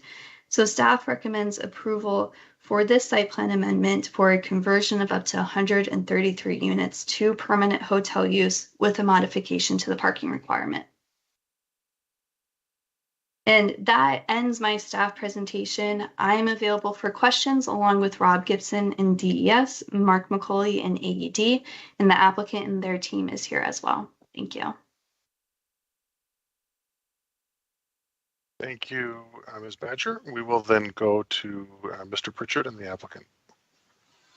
Thanks, Chair Weir, and good evening, Planning Commissioners. Given the hour, the late hour, I'll dispense with the 45-minute intro presentation and a 100-slide PowerPoint presentation I was going to treat you all to, and just make my remarks very brief. I worked on the original project approval for this with Shushan and Marymount, so it's very gratifying to be back before you as this project, like Arlington County, continues to evolve. and we find a nice reuse for a portion of the Rixey apartment building. I'm going to hand it over in a moment to Barry Hart, who is the Vice President at Marymount for Operations and Finance, as well as its treasurer, who's going to provide more detail on what Ms. Badger explained is this unique partnership between Marymount and Y Hotel. In Marymount's case, to advance their mission to educate future leaders in the hospitality interest, and in Y Hotel's case, this is an interesting, you'll hear Jason Feuden explain how this is an interesting opportunity for Y Hotel as well to innovate, to figure out ways to build a better mousetrap with a permanent presence in Arlington, as opposed to the pop-up model you may be more familiar with that Y Hotel has done on several projects, and also open up a talent pipeline and strengthen an academic relationship with Marymount. So thanks very much. And Barry, I'll hand it over to you. Thanks, Evan, and thank you, Courtney. As Courtney pointed out, the university bought the building in 2009. I think it's important to note that the way we bought it was through tax-exempt financing. Restrictions around that financing limit the purpose to educational purposes. So while it's true that we don't run it, it's not a residence hall, I guess, from the county perspective. From the university's perspective, it's very much a residence hall. We don't rent by the unit, we rent by the bed, just as you would in your dormitory back in college. When we first bought the building, the idea was to open it up to the entire DC consortium of universities, thinking that it would make a great educational hub.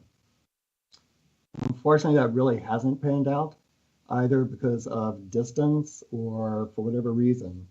We have reached out numerous times to schools in the vicinity to see if we could pull them in and sort of create that synergy, and it has not worked. So when I was talking to the dean of our business school about how to create this opportunity, how to create something here, he told me that what he would like us to do is, just like we created a early childhood education center to support our School of Education, he wanted the opportunity to have a new hotel concept for a Masters of Hospitality Innovation. We reached out with this goal to all the hotel chains that you would think of, but none of them, and they were all interested in the opportunity, but none of them were a good fit for education, and certainly not hospitality innovation. We're not interested in hospitality management. We're really looking at the new sort of the disruption to the industry, finance, logistics. How do you create the supply chain to keep this going and to make it what people today wish to stay in when they travel? So our roads led us to Y Hotel, which is clearly the disruptor in the industry.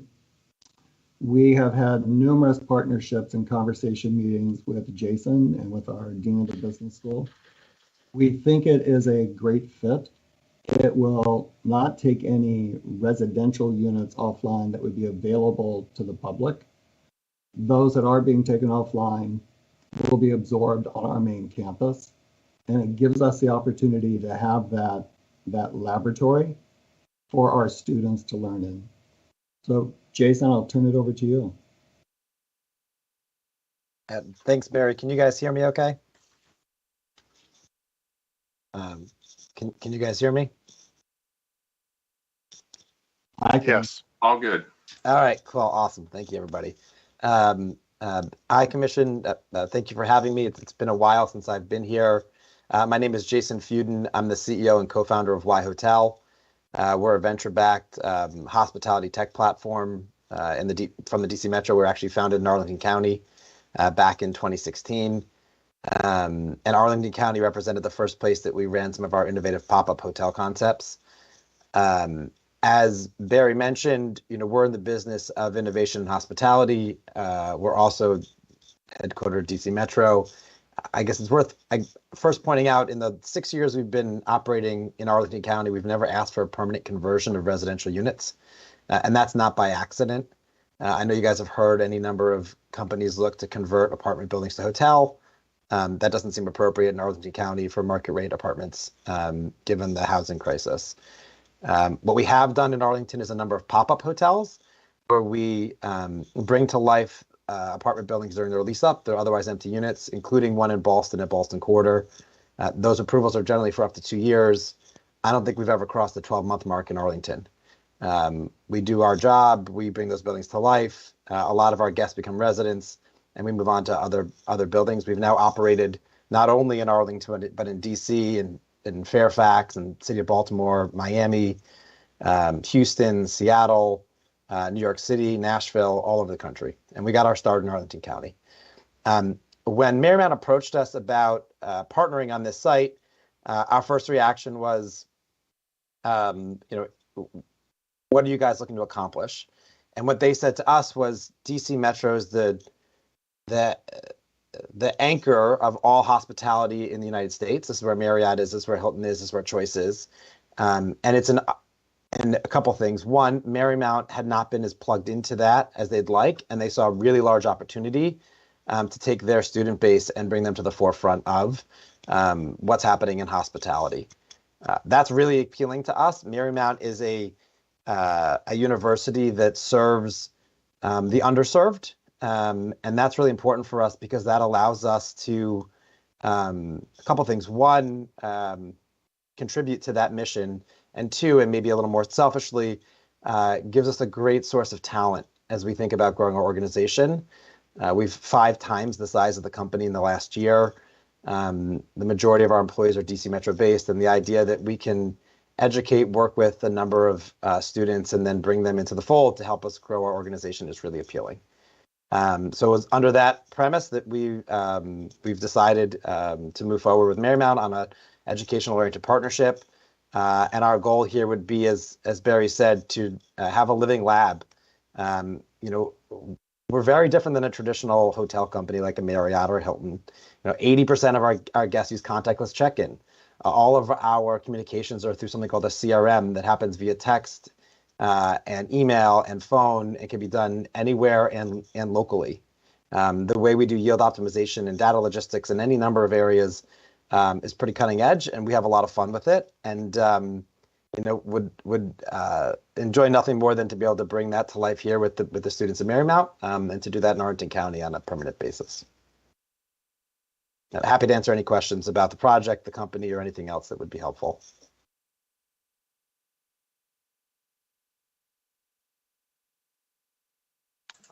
Thank you all.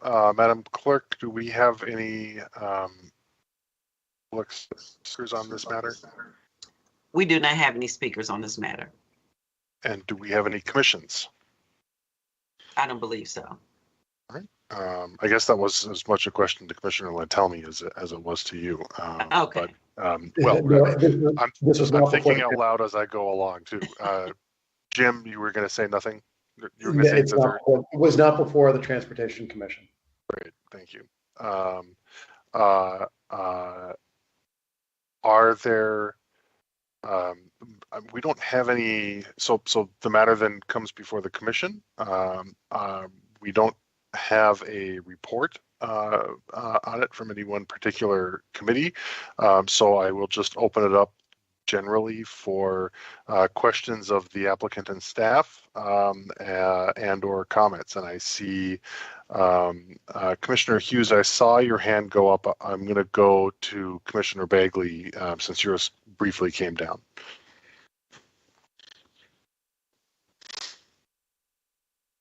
Thank you, Mr. Chair. So it's kind of sad in one way to see this happen, but then again, in a broader view, luxury rentals and grad students, having been a grad student myself, luxury rental was not in my vocabulary.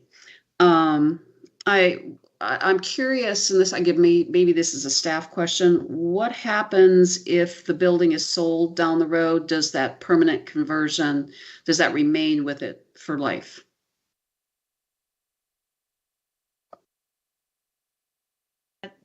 Sorry, I was muted. Sure, Commissioner Bagley, thanks for the question. I'll chime in here, and if anybody else from staff has anything to add, feel free to jump in. But the conditions of this would run with the land. So if the building would be bought, the conditions of the site plan amendment would remain.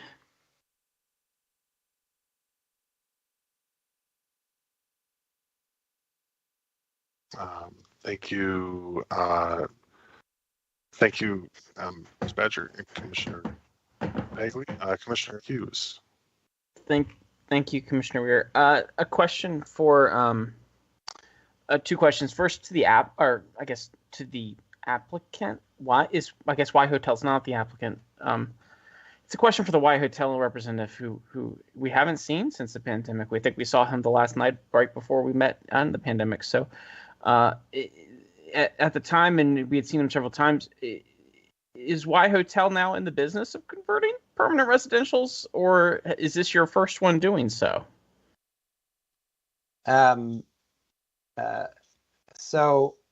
the answer is we have two business lines. One is called a pop-up hotel, and in the DC metro area, that is predominantly what we have done. The other is called hospitality living. And that is where we run an apartment-style building as a mix of furnished and unfurnished short and long stay on a permanent basis. So we run the asset as entirely flexible. In doing so, we're able to have the asset adapt to changing market conditions for consumers. So when we've done this in Nashville, we've done this in New York City. We'll be doing it in a couple other markets, a couple other Sunbelt markets. And the reason we do that is it kind of meets consumers where they are today, which is that same need for long-term furnished housing and short-term furnished housing. As an example, in Boston, we used to do 5-month stays with the State Department as part of training. Right? That product just doesn't exist conveniently. But we also did 2.5-month internships and then 4-night stays during graduations. That product type makes a lot of sense in certain jurisdictions on existing buildings. It makes less sense in other jurisdictions. Arlington would fall under one of the jurisdictions that we wouldn't generally look to convert permanent housing stock into that commingled use. And so that's why you haven't seen us at a planning commission or board meeting making that request. Okay, so I think I understand it. The Y Hotel we knew still exists, the pop-up version of it, but you've branched off into the property management side in a new and hybrid way that somehow links hospitality, which brings Marymount into this equation quite cleanly. So I understand what's going on now. I appreciate it, and just curious because your first time to us was quite convincing, and I wanted to make sure how it would play in other places, just to make sure it's clear. So I appreciate the knowledge. Commissioner Weir, I appreciate your time, and to the applicant, my only I guess I have no other comments, but man, I'd like to read the business case, and I hope that he mentioned the tax exempt bonds and all that. The financing of this, I think, would just be incredibly a great business case to read from business school. I would just love to have read it when I took classes. So that would be great. Thank you, Commissioner. Thank you. Going to Commissioner Morton. Thank you very much, Chair Weir. A lot of me is really excited about the creative synergies between the apartment and students. I used to teach graduate students just a few doors down at the Virginia Tech building in the immediate vicinity. And I'm sort of surprised at the lack of response if, that was one of the universities you were reaching out to. I had students regularly commuting about an hour that I think would have really liked to live in that building. I have a question, not to get too much in the academic weeds, but again, the curriculum and the opportunities seemed really remarkable. I do know from past experience how difficult and how long it can take to make a curriculum change, going through Chev and everything. I'd feel more comfortable because I have a lot of reservations about removing housing supply. I'll just say that right now. I feel more comfortable if I knew this would happen immediately and it wouldn't be contingent on all kind of approvals and it would take 4 years to get this program set up. So I wonder, maybe if Mr. Hart could comment on that. And I'm also, the Y Hotel has a reputation for being innovative, but what I know, which is little, about disruptors is that they come and go and do something else. Is this permanently going to be affixed to someone seen as a sort of an innovator that will provide a good educational opportunity to your students? So let me go first, I think, Jason. Let me say we actually reached out broadly. Tech was certainly somebody we reached out to. We had a little bit of success with Mason Law, but just with Mason Law, and it really fizzled after about 2 semesters. So our Masters of Hospitality Innovation is up and running. We actually will be admitting our first cohort this fall. We have 4 students already. We have to have an initial cohort of 12, and then build that 12 every semester until we get to a robust stage. So it's up and running. We're ready for it. So as soon as the hotel is there, you'll have a program all set up in place, ready to go. We hope that that's in parallel and that it happens exactly at the same time. That's our wish. Okay, and could I don't know who's the best person to answer the question about the partnership. Is that it's hard to assume a permanent partnership, volatile industry, but what assurance do we have that it'll always be an innovative partner? Barry, I can speak to Y Hotel, and I appreciate Commissioner Morton's businesses do come and go. That is the life of economics. So I appreciate the question. The way we see this is Cornell, which is probably the most renowned hospitality program in the United States and in the world, at least top couple in the world, has the Statler Hotel on campus. And that is part of the way that they train the next generation of people in hospitality. Is our company going to be here forever? I certainly hope so. But structurally speaking, I think what Marymount's trying to do is move that epicenter of education from upstate New York to the hospitality capital of the United States, which is the DC metro area. We are setting this up as a permanent program, which means that it'll be integrated into the way we think about data, our data logistics team, software engineering, all of the pieces that are not just, as Barry said, hotel management. But I would assume as a university, the reason that they're making, and Barry can speak to this bet in the long term, is that they're trying to become one of the preeminent programs in hospitality innovation in the United States, given their proximity to the major hotel companies. And if we were to falter, I would have to imagine, given how much they're going to invest in this program, that they would find somebody else in our stead.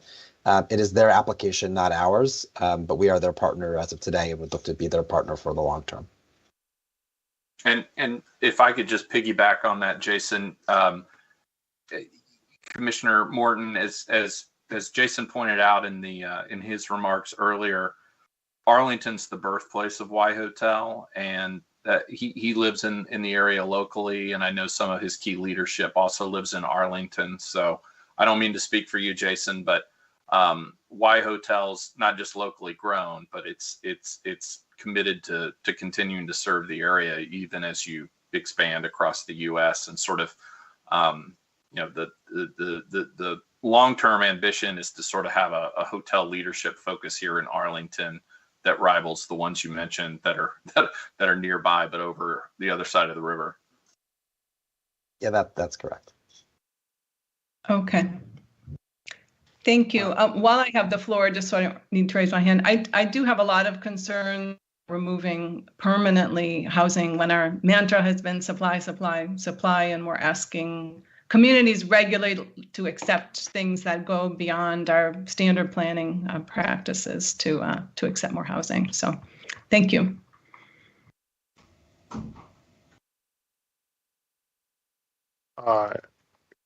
Commissioner Hughes, you still have your hand up. Is that residual? Thank you. Commissioner Kieran. Thank you, Chair Ware. So I have some opinions on this. I align myself with the excitement of my colleagues over this.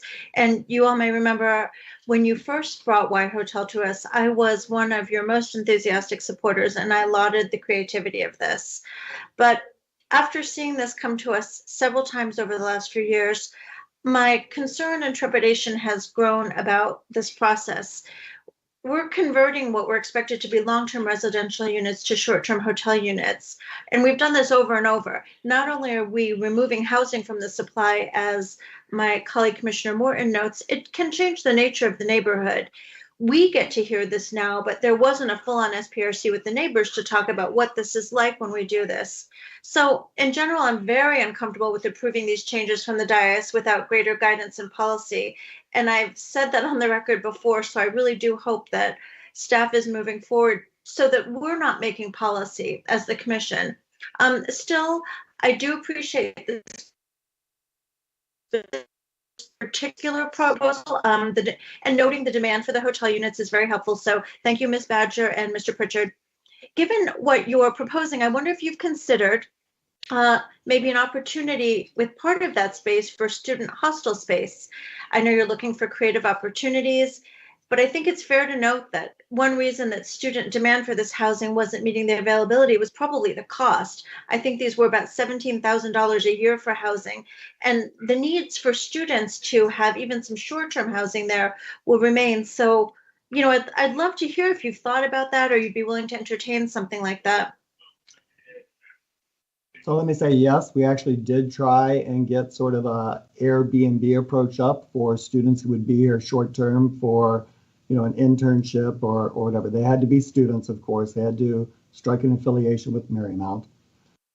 It does come down, as you said, to cost. The building is very debt ridden. So to pay those bills, the cost has to be high. It was, I mean, I won't say it didn't get off the ground. We had a few takers, but by and large, it didn't develop legs. There was no interest. It's a great idea. It's one we tried hard to make happen. Okay, thank you. Commissioner Lantelmi. Yes, as you heard from Commissioner Guerin, this is a topic that's becoming more and more sensitive for us. You've heard that from a number of us.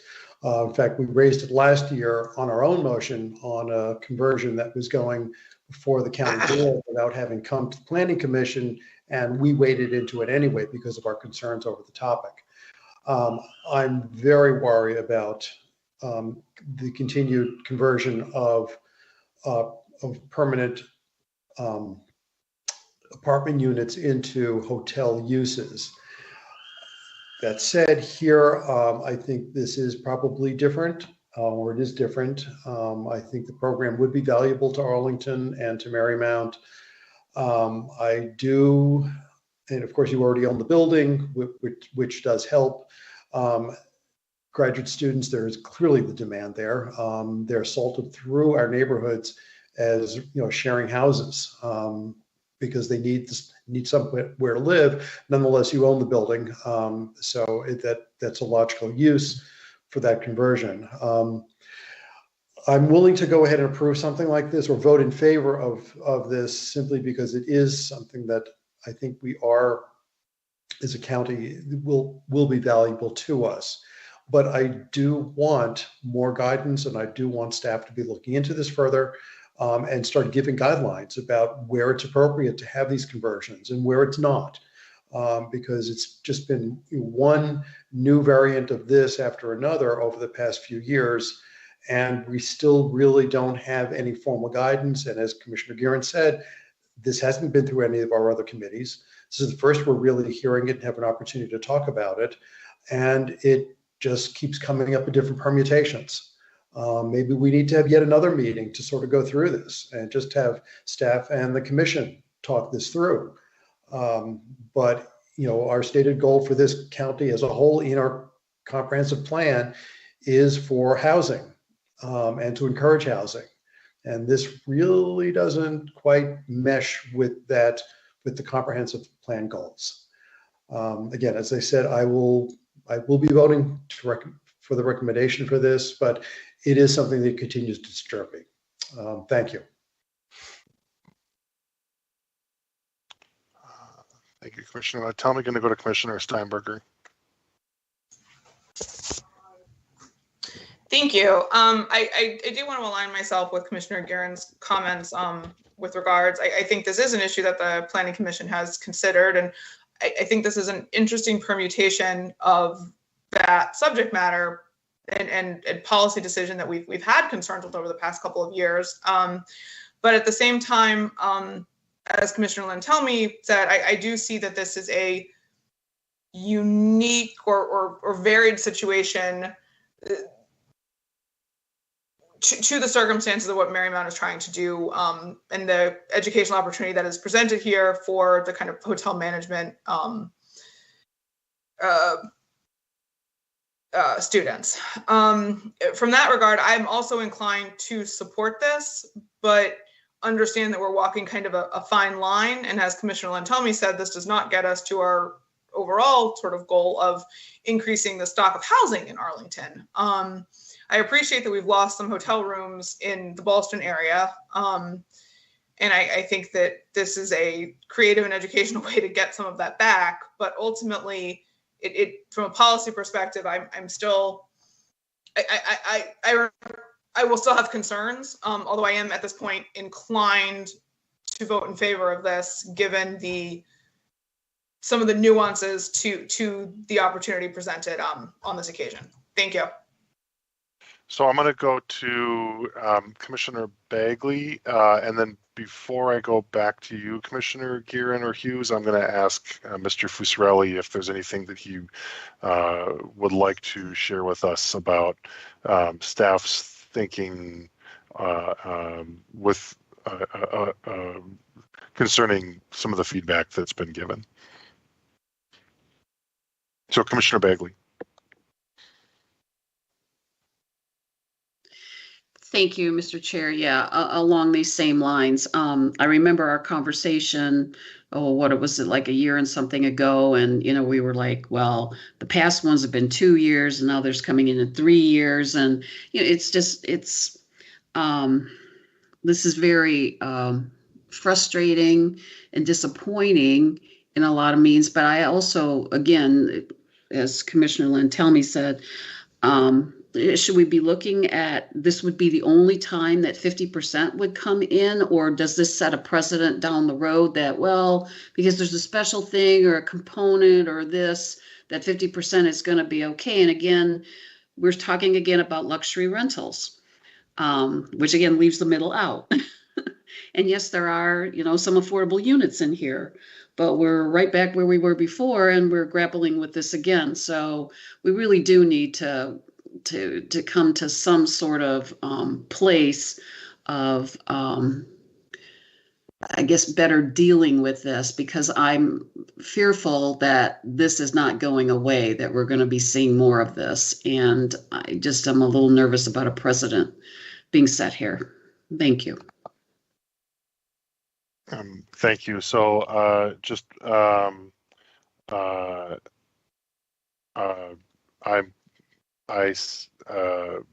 had said that I was going to go to Mr. Fusarelli before I go to Commissioner Guerin, so I will do that. If Mr. Fusarelli, if you're able to add any comments or thoughts.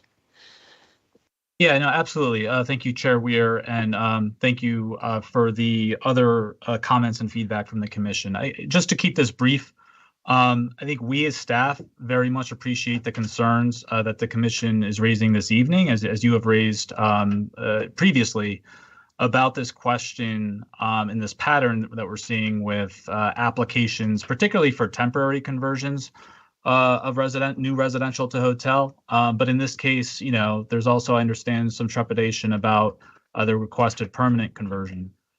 Just a quick update, when we had our work session on with the County Board and Planning Commission leadership in September of last year, we had communicated our intents to the board that, we will keep this on our list as a sort of unscheduled study to be undertaken in the future. I think we were looking, to start that within the next 2 years or so.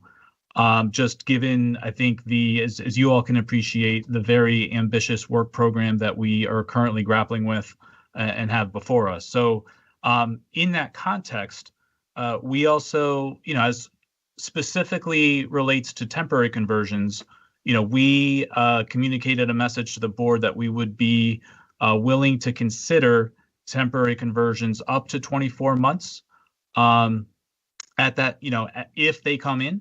And in undertaking that future study, we would be really looking to formulate potential policy guidance to so that the commission, staff, and the board and others could benefit in how we evaluate those types of requests. This particular case, I think, as many of you have mentioned, we view as very distinctly different. Yes, we want to continue to maximize and retain and maximize the housing stock and inventory we have in Arlington.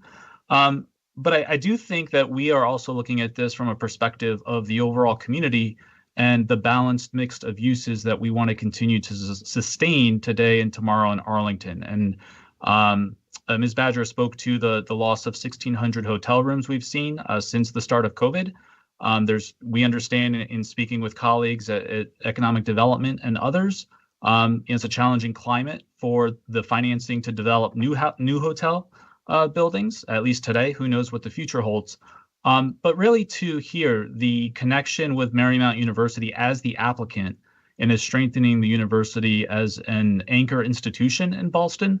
On balance, we see this as a very distinctly different proposal. If this were simply a proposal for the permanent conversion of a standalone residential building with no educational connection, without a university as being the applicant, I think we would be having a very different perspective and evaluation of that. So just wanted, for context, just wanted to share some updates on where we are with the potential policy formulation, as well as some of the further considerations that we brought to this review. Thank you. Thank you, Mr. Fusarelli. I appreciate that context. Commissioner Gearan, going to go back over to you. Okay, thank you, Chair Weir. I do understand that this is a unique situation, that we're talking about supporting a university, and as an educator, I am all for that. I have a question though. How would the applicants support something that ensured that this use was as intended? This property's changed hands over the last couple of years. What's to say it won't sell again now with these new conditions?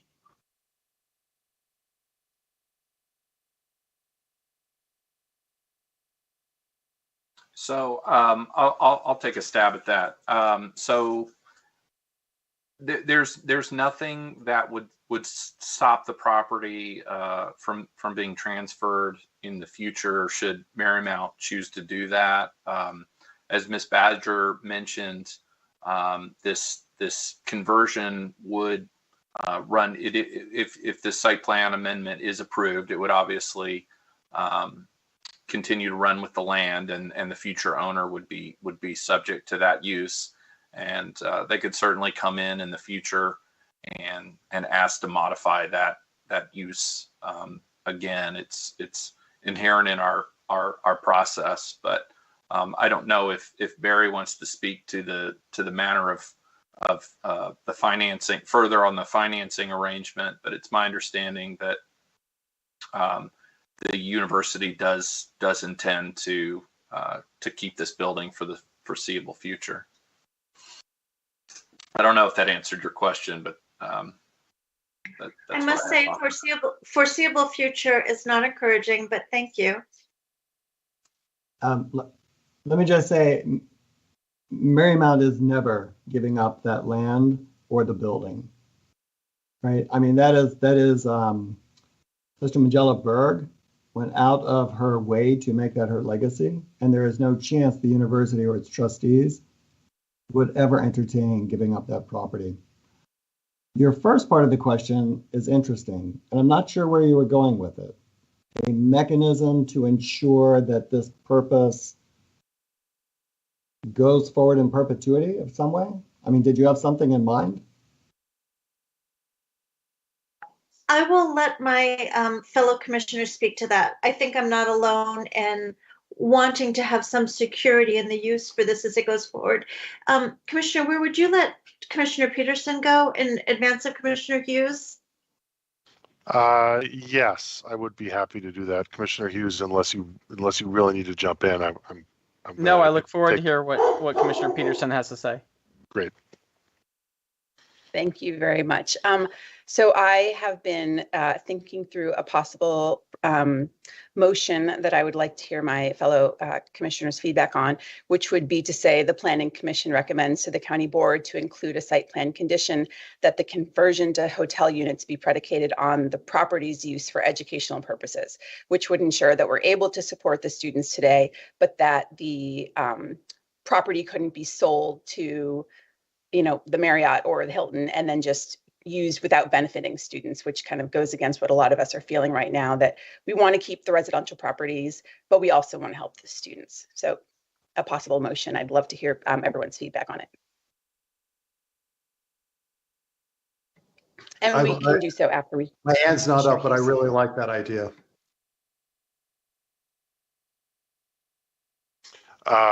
While people are digesting on that, let me go to Commissioner Hughes. Thank you, Commissioner Weir, and I turned off my camera for all of those. I apologize. It's just too dark in here. I want to associate myself with my previous commissioner's comments, and it does. It is very difficult for me to see it. I think that the 200 students do go now out into the marketplace. They need to find a house to live in, a room to live in somewhere, and as a reflected, they push out others through rent filter. It's just fundamentally that's what happens when you remove it from the university providing the housing themselves. So it's not an indiscriminate function to think about that it does impact on the broader community for this choice. And I am somewhat persuaded by the educational advocates of it, but I am aware that Shushan built this and fundamentally they're the only ones who made much money on it. And so I think, and for that note, I think to Marymount, I encourage you to lay bare your financial placement in this to your students so that they can see it in business school and not make that mistake later on in life. George Mason tried this 10 years ago. That building was a hotel they built that was then converted to a residential campus building because it failed. So I'm hopeful and optimistic and willing to defer a little bit. I understand and sympathize with my commissioners. My only comment to Commissioner Peterson for consideration is these matters, and this is where we get back to so many issues in housing tie back to the bankers, as we are learning on a global scale now, how much the bankers rule the world. And so it's not something I suspect we will be able to solve tonight, Commissioner Peterson, although I'm not opposed to it. But I encourage you to provide flexibility and encouragement for staff to think about how we can, if Marymount's willing, to find a way to codify such an action that the educational purpose is the trying function as to the hotel use. So that's my only comment, Commissioner Weir. Thank you. I'm going to go to Commissioner Morton. Unless Commissioner Peterson, you still have your hand up. If there's something you wanted to add, I guess you're still in line. But if not, I'm going to go to Commissioner Morton. Thank you, Commissioner Morton. Thank you, Chair Weir. I'll align myself with the comments of my colleagues. Commissioner Hughes phrased it very nicely just now. I am concerned. Again, I love the concept of providing on education. I wanted clarification, then I have a comment. I thought the applicant said because of the tax increment financing, it had to be educational somehow. And, I share some of the unease of my colleagues about what might happen later, particularly since you said no other hotel chain had been interested in doing an educational program, unfortunately, with the exception of Y Hotel. And, we know things change. So if we permanently, dismiss these housing units, from Arlington, and then it just proves to be difficult. I also know universities, change and get restructured and programs go in and out of fashion. So I wish I felt more confident in what sounds like, a really nice opportunity. I was really hoping before we had another issue like this to get staff guidance. And I'm uncomfortable personally voting in favor of this at this point, because I wish it had been further studied. Thanks. If I could just, I'm sorry, am I allowed? Let me, I appreciate that you want to respond, Mr. Hart. I want to get Commissioner Steinberger's comments, and then perhaps you can respond to all of them. Hi, thank you. I wanted to go back to Commissioner Peterson's motion, and that is something that I would be supportive of. I think it addresses the unique nuances and qualifications to this program. I think we've heard from many commissioners are appealing to us, even if we have reservations about the fact that the county has not been able to fully study the matter of converting residential units to hotel units from a broader policy perspective that we've been looking for over the past X number of months and years. I think that is, to me, that sort of nicely solidifies why this is a unique situation and one that I'm willing to support, while still having reservations about from a policy perspective overall. So, thank you. Thank you, Commissioner Steinberger. Mr. Hart, I'm going to go back to you, and thank you for asking. I appreciate that. I just wanted to sort of repeat, and hopefully that addresses some part of the last commissioner's question. You are correct. The financing of the building, the tax exempt nature, strictly limits the purpose of the building to educational use. If somebody wanted to purchase it, the cost of the defeasance would be so exorbitant that you wouldn't find any buyer out there willing to take on the property. So for better or for worse, that building is going to be for educational purposes for the next 48 years. And that makes us happy. That's what we want it to be. We wish it was full of students renting by the bed, but it's not. So we wish that it could be used for educational purpose for our students to learn really how to be an executive in today's rapidly changing world of hospitality.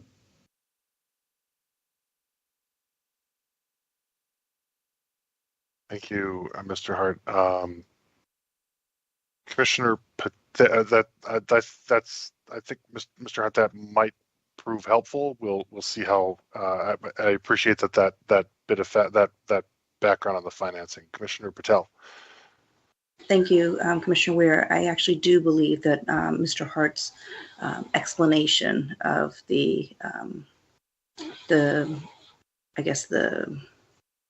so I'm losing my property law right now, but that it runs with that building, that there's this restriction that runs with the building. That does give me the level of comfort to not have to move forward in terms of providing a site plan condition, but rather move forward with voting either up or down on this proposal, and thinking about what the other concerns are around the precedential effect of this type of kind of process, hotel conversion, and then the permanency issues. I think those end up being the bigger issues now, because we can lay aside the concerns around the nuance, the educational purpose of this project. For me, it's no longer an issue because Mr. Hart has informed us of the kind of, I'm just going to say covenant. I don't think that's really what it is, but that it runs with the building for 48 years. So I feel more comfortable kind of moving forward, whether that's up or down, in terms of how this commission, I'm anxious to kind of see how our fellow commissioners vote on this, on the other issues around the precedential aspect of this and the policy considerations of doing this in a more permanent fashion. Thank you.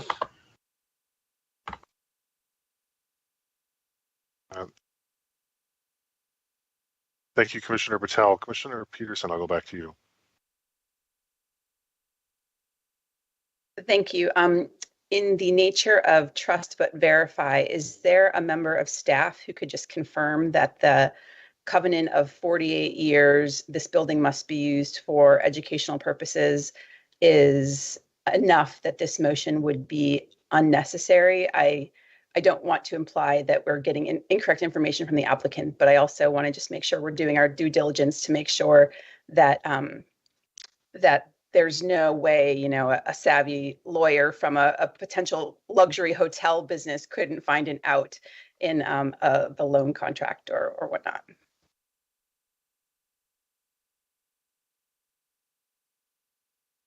Thanks, Commissioner Peterson. I froze for a second there, but it sounded like you had questions about trusting but verifying if that 48-year financing component is true. Is that correct?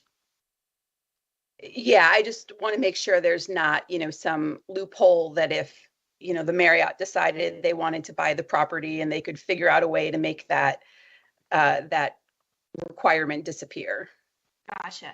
Yeah, so that is not something that we would know. It's not a deed restriction. So unfortunately, I don't have a good answer for you. But that's something that the applicant would be aware of. Okay. Thank you very much. Commissioner. Yeah, please. With Commissioner Peterson, you might want to stay on, and I apologize again. My house is dark, so it would just be a black screen if I turned it on.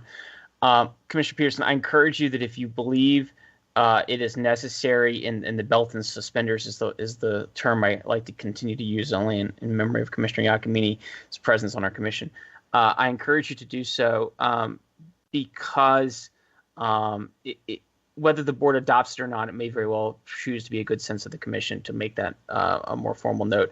And for those out there, as a reminder, think of it as a mortgage. It's a lien. It's a lien against the building, and it has covenants and restrictions within it. And as Mr. Hart mentioned in his testimony, at the moment, the market, in their opinion, doesn't support any other buyer of that note, so it makes it a non-slant deal. But the only question I have for the applicant, if Commissioner Weir will allow me, is there any educational restrictions or deed covenant restrictions that were provided when the land was gifted to the university, or is it free and clear? No, the land itself is owned free and clear. Thank you. So, Commissioner Peterson, I'd encourage you, if you believe it's a necessary function, to make it so in your motions.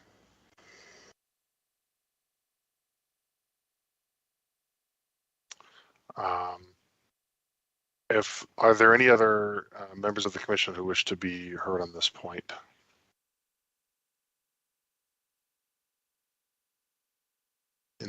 I see one hand. Mr. Pritchard. Yes, I just wanted to point out that no, we didn't provide staff with any kind of financial info to sort of back up what Mr. Hart is explaining, but since the bond financing information is all recorded in the land records or otherwise publicly available, for what it's worth, we'd be happy to share that with staff between now and the county board hearing. There's a possibility, Mr. Pritchard, that that's something that staff will be asked to speak to, depending on what additional motions are adopted and what the county board decides to make of them. So thank you for raising that. I am looking for my file on this, item 3. I am going to then entertain a motion that the Planning Commission recommend that the County Board adopt the site plan amendment ordinance attached to the staff report to allow a conversion of up to 133 units. Actually, I'm just going to make the motion. I move that the Planning Commission recommend that the County Board adopt the site plan amendment ordinance attached to the staff report 3 to allow a conversion of up to 133 units from residential use to hotel use at the Rixey building, subject to all previously approved conditions, amended conditions number 37 and 47, and new condition number 68. And This is just to get us moving along.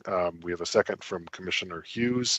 I am going to forego speaking to the motion at this point and call on Commissioner Peterson. Mr. Pritchard, your hand is still up. That may be residual. I'll come back to you if need be. Thank you, Commissioner Peterson. I'm not sure administratively if I do still want to introduce my motion when I should do that. So if you can just let me know, I would appreciate it. Well, you have the floor, so now would be in order. But if you want to wait for any reason, that's fine too. Okay, well, I'll just say that I would like to continue to introduce the motion because if it is redundant, I don't think it hurts to have a motion. To Commissioner Hughes's point, it lets the county board know kind of some of our discussion and the feeling of the group.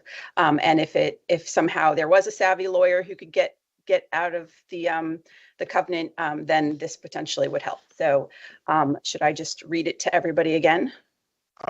If you're reading it, then you've probably drafted it. And if you've drafted it, would you mind sharing your screen or sharing the Word window that you have it in? Yes, let me do that.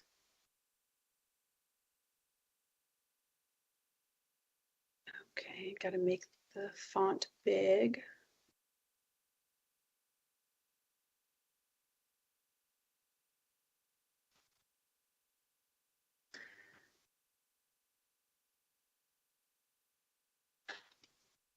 Okay, can everyone see this?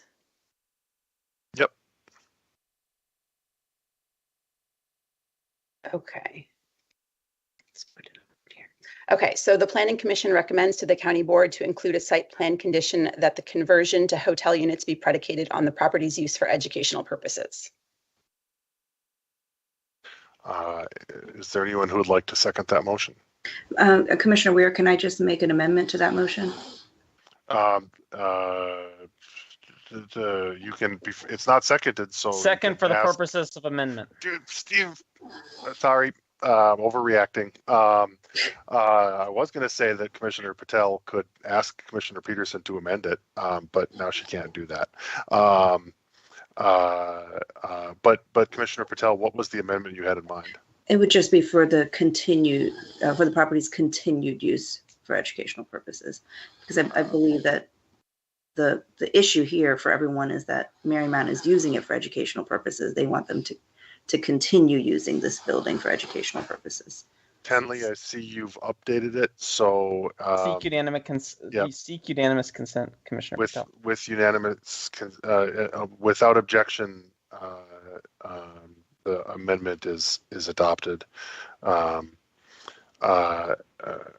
Commissioner Peterson, I'm going to ask you to speak to your motion, seconded by Commissioner Hughes as amended, and then I will go to Commissioners Patel and Morton. Okay. Well, I think I've already spoken to it a bit. My main concerns are what I think many of us feel, that we don't want to set a precedent that we're converting more residential units into hotel units. We are, as a group, concerned about the supply of residential units in the county, and this would be, letting the county board know that we do support this particular conversion because it's for educational purposes, but in principle, we still have some hesitation here. All right. Thank you, Commissioner Peterson. I'm going to go to Commissioner Morton. Thank you. I'm sorry for continuing to wordsmith. Would Commissioner Peterson consider saying academic purposes? I think Commissioner Patel's continued kind of allays my concern a bit, but I am thinking about, could it be like a conference center or something like that? Because I think what's appealing is the tie. There's a slight difference between academic and educational that maybe I'm the only one concerned about. I'm happy to make that clarification, in particular, as you are an educator. So can I seek unanimous consent, or does Commissioner Chair Weir? Without objection, the amendment will be adopted. Commissioner Patel, your hand has back down. Okay. Is there anyone else who'd like to speak to the amendment?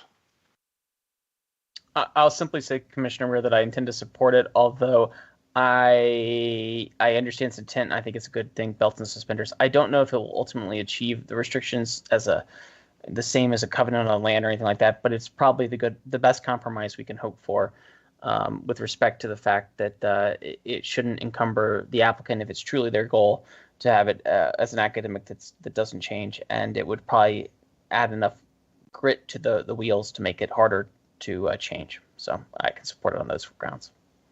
Thank you, Commissioner Hughes. I'm not sure how it would actually become a covenant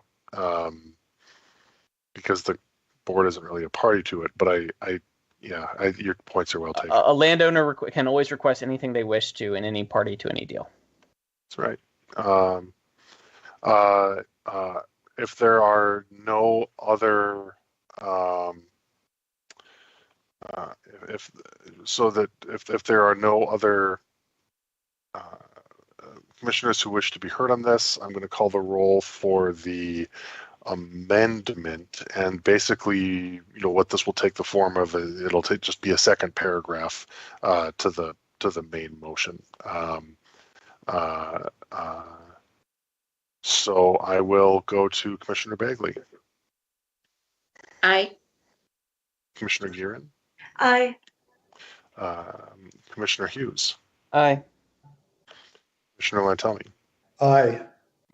Commissioner Morton. Aye. Commissioner Patel. Aye. Commissioner Peterson. Aye. Commissioner Schroll is still absent. Commissioner Steinberger. Aye. I vote aye as well.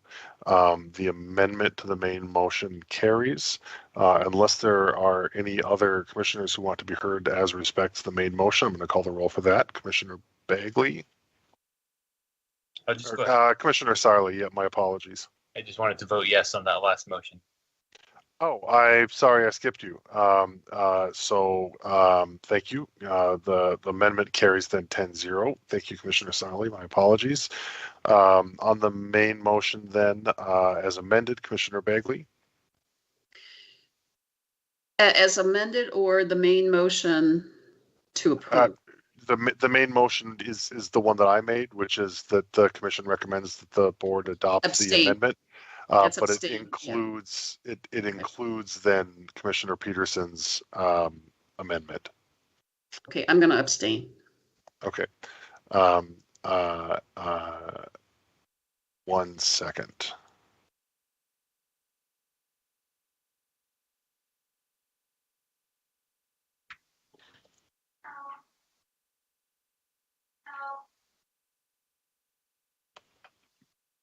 Commissioner Gearin.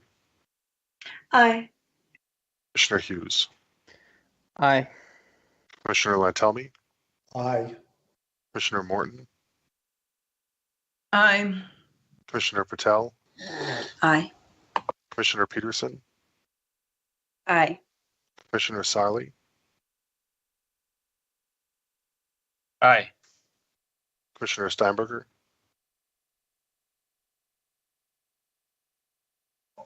Aye. Sorry, couldn't get off mute. Thank you. I also vote aye. The motion carries 9-0. Are there any other motions on this item?